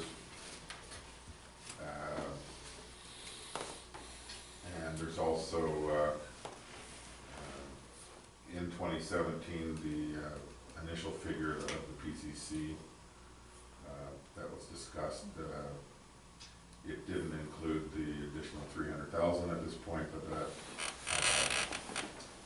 going forward when we do the 2017, obviously it would be included in that. But it's enough, in my opinion, to assist us in the grant application. Nobody can predict, you know, that far in advance what the project's going to cost. So I think with the fact that the grant application seems to just ask that is there funding in place, and we have evidence that it's in place through this plan. So each of the years going forward, obviously there'll be more deliberations on capital projects and that. So I just identified a lot of things like paving and that down the road in the next 4 years. So again, each year they'll be dealt with in detail. So obviously the focus is on 2016. That's what's upon us, and that's the key part of this financial plan. The other parts of the bylaw are requirements of the community charter, and basically you're to provide in your financial plan bylaw the objectives and policies, your revenue objectives. You're required to show all your revenue sources. And if you recall from those colorful slides the other night, that number there did agree to what was on the board there, that 11 million figure. It also gets into describing the use of surplus funds, your debt objectives,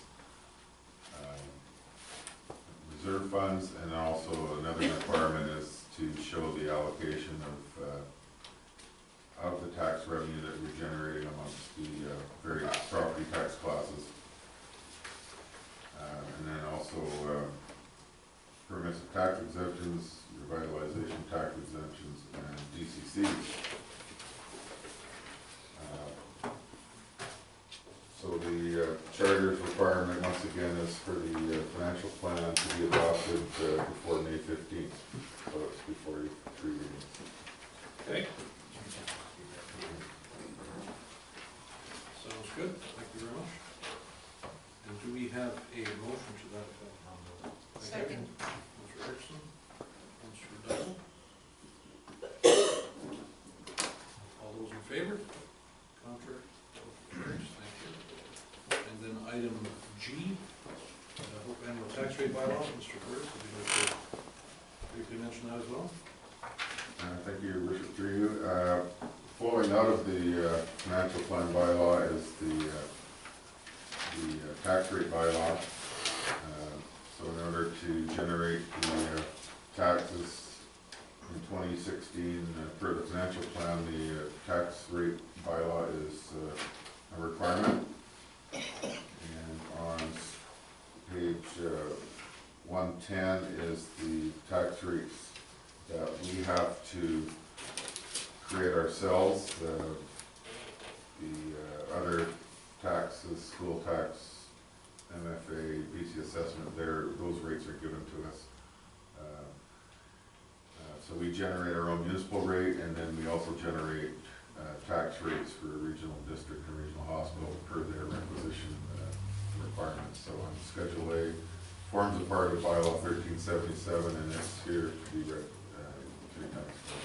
Okay, thank you. Motion to that effect, please. Thank you. Councillor Menow, Councillor Smith.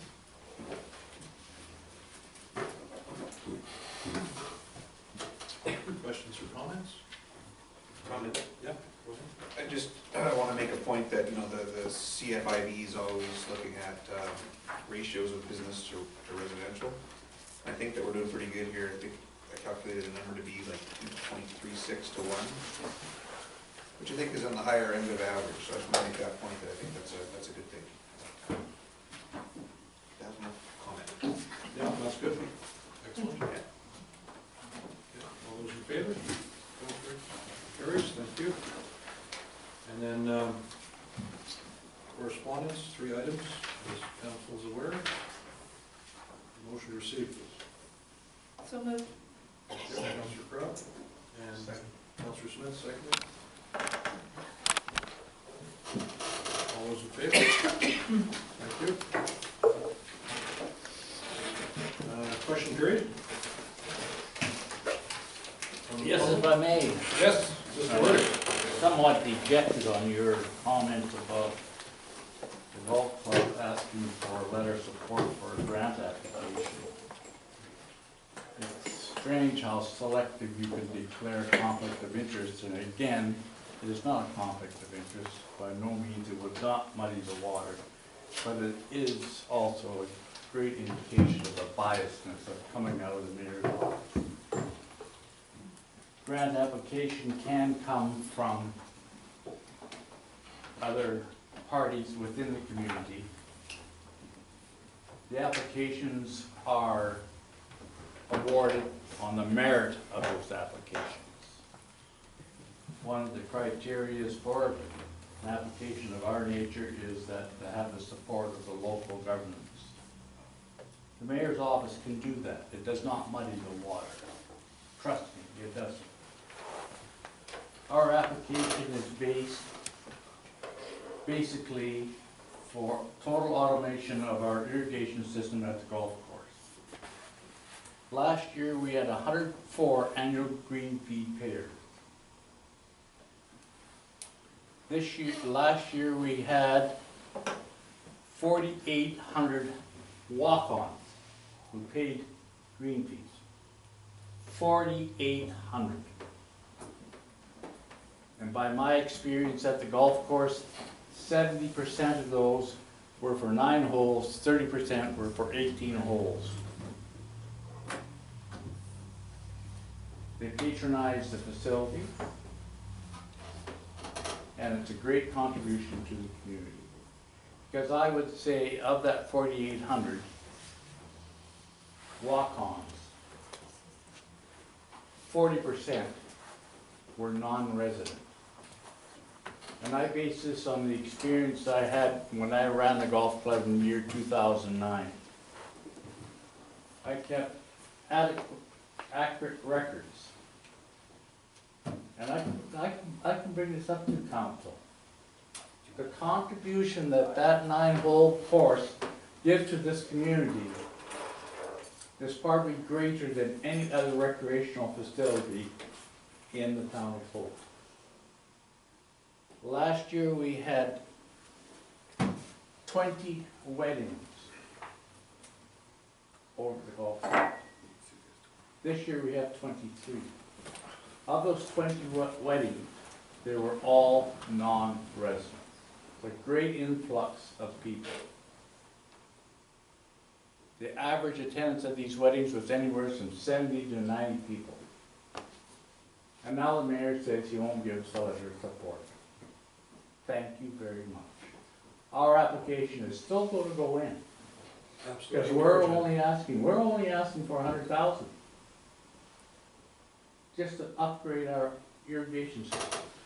All the rest is in kind. Already the members and annual green fee payers for this year's, and you're fully aware, we've told you what our 5-year program is to automate the irrigation system. We've got $12,000. Phase 1 will be in by the end of May. We're not going to be deterred by this rejection from your office, Wilford. We're going to go ahead with this. We're going to go ahead with this application. Now we're going to make a note.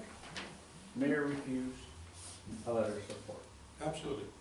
And I'd just like to respond briefly to Mr. Ordis, and I can assure you, Mr. Ordis, that your perpetually disrespectful and combative approach with me has not reflected my decision to not write letters. Excuse me, then it's a personal thing. No, it's not. Nothing to do with the golf course. It is a generic. Good night. Thank you. Well, I think you should stick around and listen to the response. No, so I'm not interested. Okay, that's fine too. But just for council, staff, members of the public, we've identified a very interesting project, the Station House project. it's a project which we will have difficulty doing ourselves without government funding. The MLA has indicated very clearly that he is supportive of this project. I think it would be very two-faced of me to essentially undermine council's position for political gain by supporting the golf course or the arts club or the art gallery or what have you. Because I probably had a half dozen inquiries as to, can I write a letter of support? And if we write a letter of support for the golf club, to be fair, we have to write a letter of support to other viable community projects. So I think with the help of staff, we will have a very robust presentation that will hopefully garner the interest of the granting authority. And we have our MLA on board already. So I think to do anything that would muddy the waters would be very inappropriate. So as regrettable as that hard decision is, it is the only appropriate decision. So that's my response to Mr. Ortis in his interesting presentation. So there we have it. Additional comments? Hello? Okay. I guess that'll be a wrap for tonight. Thank you all for coming. Exactly. So, do we have a motion ahead in camera? I have a couple items there. Councillor Smith, and the second.